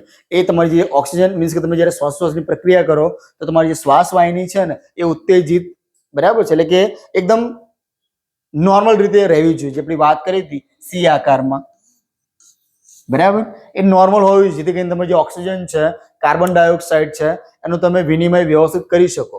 પણ અહીંયા શું કીધું છે કે શ્વાસ વાહિકાઓ ઉત્તેજિત રહે છે, એટલે કે એમાં કંઈ સોજો આવી જાય અથવા તો એમાં કહેવાય ને કે આમ ગેપ જે હોવી જોઈએ પાતળી એ ના રહે. એના કારણે શું કહેવાય કે જે શ્વાસ છે, જે હવા છે, એની અવર જવર કહેવાય ને કે રૂંધાય, માટે આ રોગ થાય. એટલે કે જે ઓક્સિજન છે એ ફેફસા સુધી પહોંચવું મુશ્કેલ બને. અસ્થમાના પેશન્ટ છે જ્યારે પેલું પંપ લે ને એટલે જે આ શ્વાસ વાહિકા જે ઉત્તેજિત છે ને એ નોર્મલ થઈ જાય, એને એક માર્ગ મળી જાય, બરાબર. પછી જે ઓક્સિજન છે એનું ભ્રમણ વ્યવસ્થિત થાય અને એને જે પેલો દમ ચડે ને એનાથી એને થોડોક હાશકારો અનુભવ કે હા હવે આપણે જીવીએ છીએ એવી એને અનુભૂતિ થાય. બાકી તો જો એ ના હોય પંપ તો પછી ભપમ પંપ, બરાબર, બચારો 1 to 11 થઈ જાય. કેમ? ઓક્સિજન જરૂરી છે. ઓક્સિજન તમારા શરીરમાં રહેશે તો તમે અહીંયા છો, બાકી નથી. આપણે 2-3 મિનિટ માટે બી નાક બંધ કરીને ઓક્સિજન લેવાનું બંધ કરી દઈએ તો ત્યાં થઈ જઈએ. જેને બહુ તકલીફ હોય, બરાબર, ઘણા લોકો તો કહેવાય કે થોડી વાર શ્વાસ રોકી રાખે પછી તો એટલો બધો શ્વાસોશ્વાસની પ્રક્રિયા લોકોને વધી જાય કે એવું લાગે કે સંસારમાંથી ઓક્સિજન બધો ખૂટી જશે. બરાબર. એટલે એક આ વસ્તુ પણ છે. એટલે બહુ મોટી બીમારી છે અસ્થમાના પેશન્ટને તો શિયાળો અને ચોમાસું આ 2 ઋતુ એમના માટે બહુ જ અઘરી. કેમ કે જેવું ભેજવાળું વાતાવરણ થાય ને, નોર્મલ ભેજ પણ હોય ને, એ લોકોને શરદી, છીંકો, શ્વાસ લેવામાં તકલીફ આ બધું એક સાથે ચાલુ પડી જાય. એક એમ સમજો ને કે એમનો કાર્નિવલ આવી જાય. એમનો મીન્સ કે બહુ મોટો કાર્નિવલ જેવો ઉત્સવ થાય. કેમ કે દવાખાનાના ચક્કર વધી જાય. એમના માટે એક જ ઋતુ સારી, એ પાછું ઉનાળો. બરાબર. ઉનાળો એમના માટે સારું, બાકી શિયાળો અને ચોમાસું બહુ જ ખરાબ. ભેજવાળા વાતાવરણના સંપર્કમાં આવ્યા તો ગયા. બરાબર. જો કે સારું છે કે આપણે શોધો સારી થઈ ગઈ છે કે ઇન્હેલરના બી અલગ અલગ પ્રકાર છે. નોર્મલ એ સાદું ઇન્હેલર અને એક ઇમરજન્સી. સાદા ઇન્હેલરમાં દવા એકદમ આમ નોર્મલ હોય, બરાબર. જ્યારે જે ઇમરજન્સી ઇન્હેલર તમે એક જ ફૂસ કરો ને તો ઘોડાની જેમ દોડવા લાગો, એટલું સખત હોય એ વસ્તુ. પણ એમાં બી એક પ્રકારનો સ્ટેરોઇડ જ હોય. બોલો, કંઈક કહેવાના હતા? અચ્છા, મને આમ કર્યું એટલે મેં બધું કંઈક હશે. ચલો, બરાબર. તો અસ્થમા છે. ટીબી થી આપણને બધા પરિચિત જ છો, બરાબર. અને વધારે પરિચય આપી દો કે આ વર્ષ ચાલુ થઈ ગયું છે આપણું 2025. સરકારે એવું નક્કી કર્યું છે કે 2025માં એક ટીબી નો મરીઝ રહેવો ના જોઈએ ભારતમાં, બરાબર. ભૂલથી જીવી ગયા તો એ લોકો કંઈક કરશે, બરાબર છે. એટલે ટીબી છે એ સંપૂર્ણપણે કહેવાય ને કે એને નાથવાની આપણે વાત કરી છે 2025માં. ઓકે. સનાઈન થાય કે માઇકોબેક્ટેરિયમ ટ્યુબરક્યુલોસિસ. માઇકોબેક્ટેરિયમ ટ્યુબરક્યુલોસિસ છે, બેક્ટેરિયા છે. આ એનાથી થતો રોગ છે, બરાબર. ટીબીથી જે પીડાતા દર્દીઓ છે, બરાબર, બેક્ટેરિયા છે એ ફેફસાની દિવાલને ક્ષતિ પહોંચાડે છે ક્યારેક તમને. અને આમાં એવું હોય કે એક અઠવાડિયા કરતાં પણ વધુ સમય તમને ખાંસી રહેતી હોય તો તમારો જે બલગમ છે, જે તમારો કફ છે, એને તમારે શું કહેવાય કે એને ચેક કરાવવાનું. એમાં ટીબીના બેક્ટેરિયા તો છે નહીં ને, અને જો નીકળે તો ભાઈ તમારે યોગ્યનો જે ઉપચાર છે એ ચાલુ કરી દેવાનો. એક અઠવાડિયા કરતાં કન્ટિન્યુ ખાંસી રહેતી હોય તો એક પ્રિકોશનના ભાગરૂપે તમારે આ કરવું હિતાવહ છે. જો એમાં જે લેવલ વધી ગયું તો ડોક્ટરે કંઈ નહીં કરી શકે ને તમે કંઈ નહીં કરી શકો. અને તમે તો જશો ને જોડે ફેમિલીના સદસ્યોને લઈ જશો. કેમ? કેમ કે ચેપી રોગ છે, બરાબર. ટીબી છે કેવો છે? એક પ્રકારનો ચેપી રોગ કહી શકાય. કેમ કે એના જે બેક્ટેરિયા છે એ તમારો કફ તમે જ્યાં બી ફેંક્યો હોય ને એ સુકાઈ જાય ને તો એમાં પણ એ બેક્ટેરિયા જીવિત રહે છે. એ હવામાં ભળે અને પછી જે બીજું કોઈ વ્યક્તિ શ્વસનમાં લે તો એને પણ ટીબી થવાની સંભાવના વધી જાય છે. આખી આ તમારે ક્યાં આમ કહેવાય ને કે આ જે રોગ આમ એટલો બધો હેવી નથી, પણ તમે જો પ્રિકોશન ના રાખો ને તો બહુ મોટો રોગ છે આ, બરાબર. ક્યારેક દર્દીને ખાંસી મારફતે, બરાબર, લોહી પણ આવતું હોય છે. કેમ? કે ફેફસાની દિવાલ તૂટી ગઈ છે ભાઈ, એમાં ક્ષતિ પહોંચી છે. ઓકે. તો તમે ખાંસી ખાઓ તો બધું ફેફસામાંથી બધું બહાર આવવાનું છે. તો એ દિવાલ તૂટવાના કારણે તમને જે અમુક ટાઈમે શું કહેવાય કે ખાંસી મારફતે બ્લડ બી આવતું હોય છે. તો આખા એના લક્ષણો છે બધા, બરાબર. જેના કારણે દર્દીને કેટલીક વાર ખાંસી મારફતે લોહી આવે છે. આપણે હાલ જે વાત કરી એ જ વસ્તુ આવી. એટલે બધા રોગ છે ને જે બી છે એને ક્યારેય બી લાઇટલી નહીં લેવા. શરદી થઈ ગઈ છે, બરાબર, સાહેબ થયા કરે, એમાં શું છે. શરદી સાથે થોડો તાવ આવવા લાગ્યો, સાહેબ તો સ્વાભાવિક છે, આવે. થોડી ઠંડી લાગવા લાગી, સાહેબ તો એ આવે. શરદી થઈ ગઈ તો આવે જ ને સાહેબ, તાવ. એટલે તમને ઠંડી લાગે છે, શરદી થઈ ગઈ, તાવ આવ્યો છે તો ભાઈ રિપોર્ટ કરાવો. ડેન્ગ્યુ વાળો મચ્છર કરડી નાખ્યો હોય, બરાબર છે. તો આ થોડી બધી નાની બાબતો છે, એ ધ્યાન રાખવાનું. તો આ પ્લેટલેટ્સ અચાનક ઘટવા લાગે ને એનો મતલબ કે શું થયું તમને? પ્લેટલેટ્સ એટલે શું? હા, પ્લેટલેટ્સને ગુજરાતીમાં શું કહેવાય? ત્રાક કણો કહેવાય. શું કહેવાય? ત્રાક કણો. જે આપણા જે મેઇન જે કણો છે 3, આરબીસી, ડબ્લ્યુબીસી અને પ્લેટલેટ્સ, બરાબર. એ જ્યારે અચાનક એની જે સંખ્યા જે ઘટવા લાગે એનો મતલબ એમ થયો કે તમારે ડેન્ગ્યુ થયો છે. બરાબર. ડોક્ટર તમને વારે ઘરે રોજ રિપોર્ટ કરાવે પછી એક જ જગ્યાએ હાઇલાઇટ કરેલું હોય પ્લેટલેટ્સ વધ્યા નથી, હજુ આના 2 બાટલા આપો, બીજા દિવસે એટલે હજુ 4 આપો. એટલે આવું થયા કરે. એટલે બચવાનું અને પ્રિકોશન રાખવાની, એનાથી ઘણા ફાયદા થશે, પૈસા બચશે. ચલો, આ ચેપી રોગ છે, છીંક દ્વારા પણ ફેલાય છે, એ આપણે વાત કરી. બરાબર. BCG, bacillus Calmette Guerin. બરાબર. BCG કે બાળક જ્યારે જન્મે અને પહેલી જે કોઈ વેક્સિન આપવામાં આવતી હોય તો એ BCG ની રસી છે. અને BCG નું ફૂલ ફોર્મ એક્ઝામમાં પૂછાય તો બેસિલસ કેલ્મેટ ગુએરિન છે. બરાબર. એના શોધક એ ભક્ત જ છે, આલ્બર્ટ કેલ્મેટ. બરાબર છે. ક્યારે? 1863માં. એટલે BCG ની રસી છે એ કયા રોગ સામે? તો TB સામે આપણને રક્ષણ આપે છે. ચલો, ઇન્ફ્લુએન્ઝા એટલે કે જેને આપણે શું કહીએ છીએ? ફ્લૂ. આ ફ્લૂ શું છે? એ પણ એક પ્રકારનો શ્વસન તંત્રનો રોગ છે. બરાબર. બંનેમાં એટલે કે શરદી, તાવ, બરાબર, નાકથી લઈ ફેફસા સુધીના બધા જ અંગોને અસર કરે છે. કોણ? આ ફ્લૂ. બરાબર. ઘરમાં પાલતુ પ્રાણીઓ દ્વારા પણ ફેલાય છે. બરાબર. ઘરમાં જે પાલતુ પ્રાણી હોય તો એના દ્વારા પણ એ વસ્તુ ફેલાય. બરાબર. ક્યારેક તો ઘણા એવું બી કહેતા, અને સાચું પણ છે, કે તમે જે સેવા કરો છો બધા કબૂતરોની બધી, બરાબર છે, પણ એ કબૂતરને ઘર સુધી ના આવવા દો. કેમ કે જ્યારે ઉડે છે ને તો કેટલા એવા રજકણો એ ફેલાવે છે હવામાં કે એનાથી પણ જે બર્ડ ફ્લૂ ને બધું થતું હોય ને એ એના કારણે થતું હોય છે. બરાબર. એનો મતલબ નહીં કે કબૂતરનો દૂર જ રાખવાનો, આવે તો ગમે એ નીકળે, એમ નહીં. એટલે રહેવાનું, પણ તમારે થોડી કેર કરવાની. ખાસ કરીને નાના બાળકોને એનાથી દૂર રાખવાના, કેમ કે એ લોકોને જલ્દી એની ઇફેક્ટ થાય. શ્વસન તંત્ર રોગ છે એ બહુ આમ જોવા જઈએ તો વાંધો ના આવે, પણ ડેન્જર છે. એટલે પ્રિકોશન રાખવાનું. અત્યારે તમે જો બહાર નીકળો એનાથી ખાલી બસ એક ગાડી લઈને જાઓ 4 રસ્તા સુધી, બરાબર, અને પછી આમ કઈ નામ કરજો, કેટલી ડસ્ટ તમારે આવશે. સ્કિન પર એટલી ડસ્ટ ચોંટી શકતી હોય તો આપણા ફેફસામાં કેટલી જતી હશે. બરાબર છે. તો ધ્યાન રાખો ને. આપણે મિતેશ સ્પેશિયલ એના માટે માસ્ક પહેરે છે. એ કોરોના કાળ પહેલા બી પહેરતા હતા ને પછી બી અત્યારે બી માસ્ક પહેરે છે, રેગ્યુલર પહેરે છે. બરાબર છે. કારણ આજ માસ્ક તમે જોવો તો અહીંયા બધું માટી માટી થઈ ગયું, તો વિચાર કરો જો ના હોય તો શું થાય. બરાબર. એટલે થોડું જોવાનું, ધ્યાન રાખવાનું. ચલો, precaution is the better than medicine. બરાબર છે. દવાઓ કરતા પ્રિકોશન રાખવી જરૂરી છે. ધન્યવાદ. જય હિન્દ, જય ભારત, જય જય ગરવી ગુજરાત. આપણે 3 તંત્ર ભણ્યા. 3 તંત્ર આપણે પૂરા કર્યા: પાચન તંત્ર, ચેતાતંત્ર, શ્વસન તંત્ર. ભવિષ્યના એટલે નજીકના જ ભવિષ્યમાં આપણે રુધિરાભિસરણ તંત્ર લઈશું. બરાબર છે. તો થોડું વાંચીને આવજો તો મને થોડી મજા આવે ભણાવવાની. થોડા પ્રશ્નોત્તરી થાય. પછી પેલું એવું થાય કે ભાઈ બોબડો છે, બરાબર, એ પ્રવચન કરી રહ્યા છે ને બેરા સાંભળી રહ્યા છે.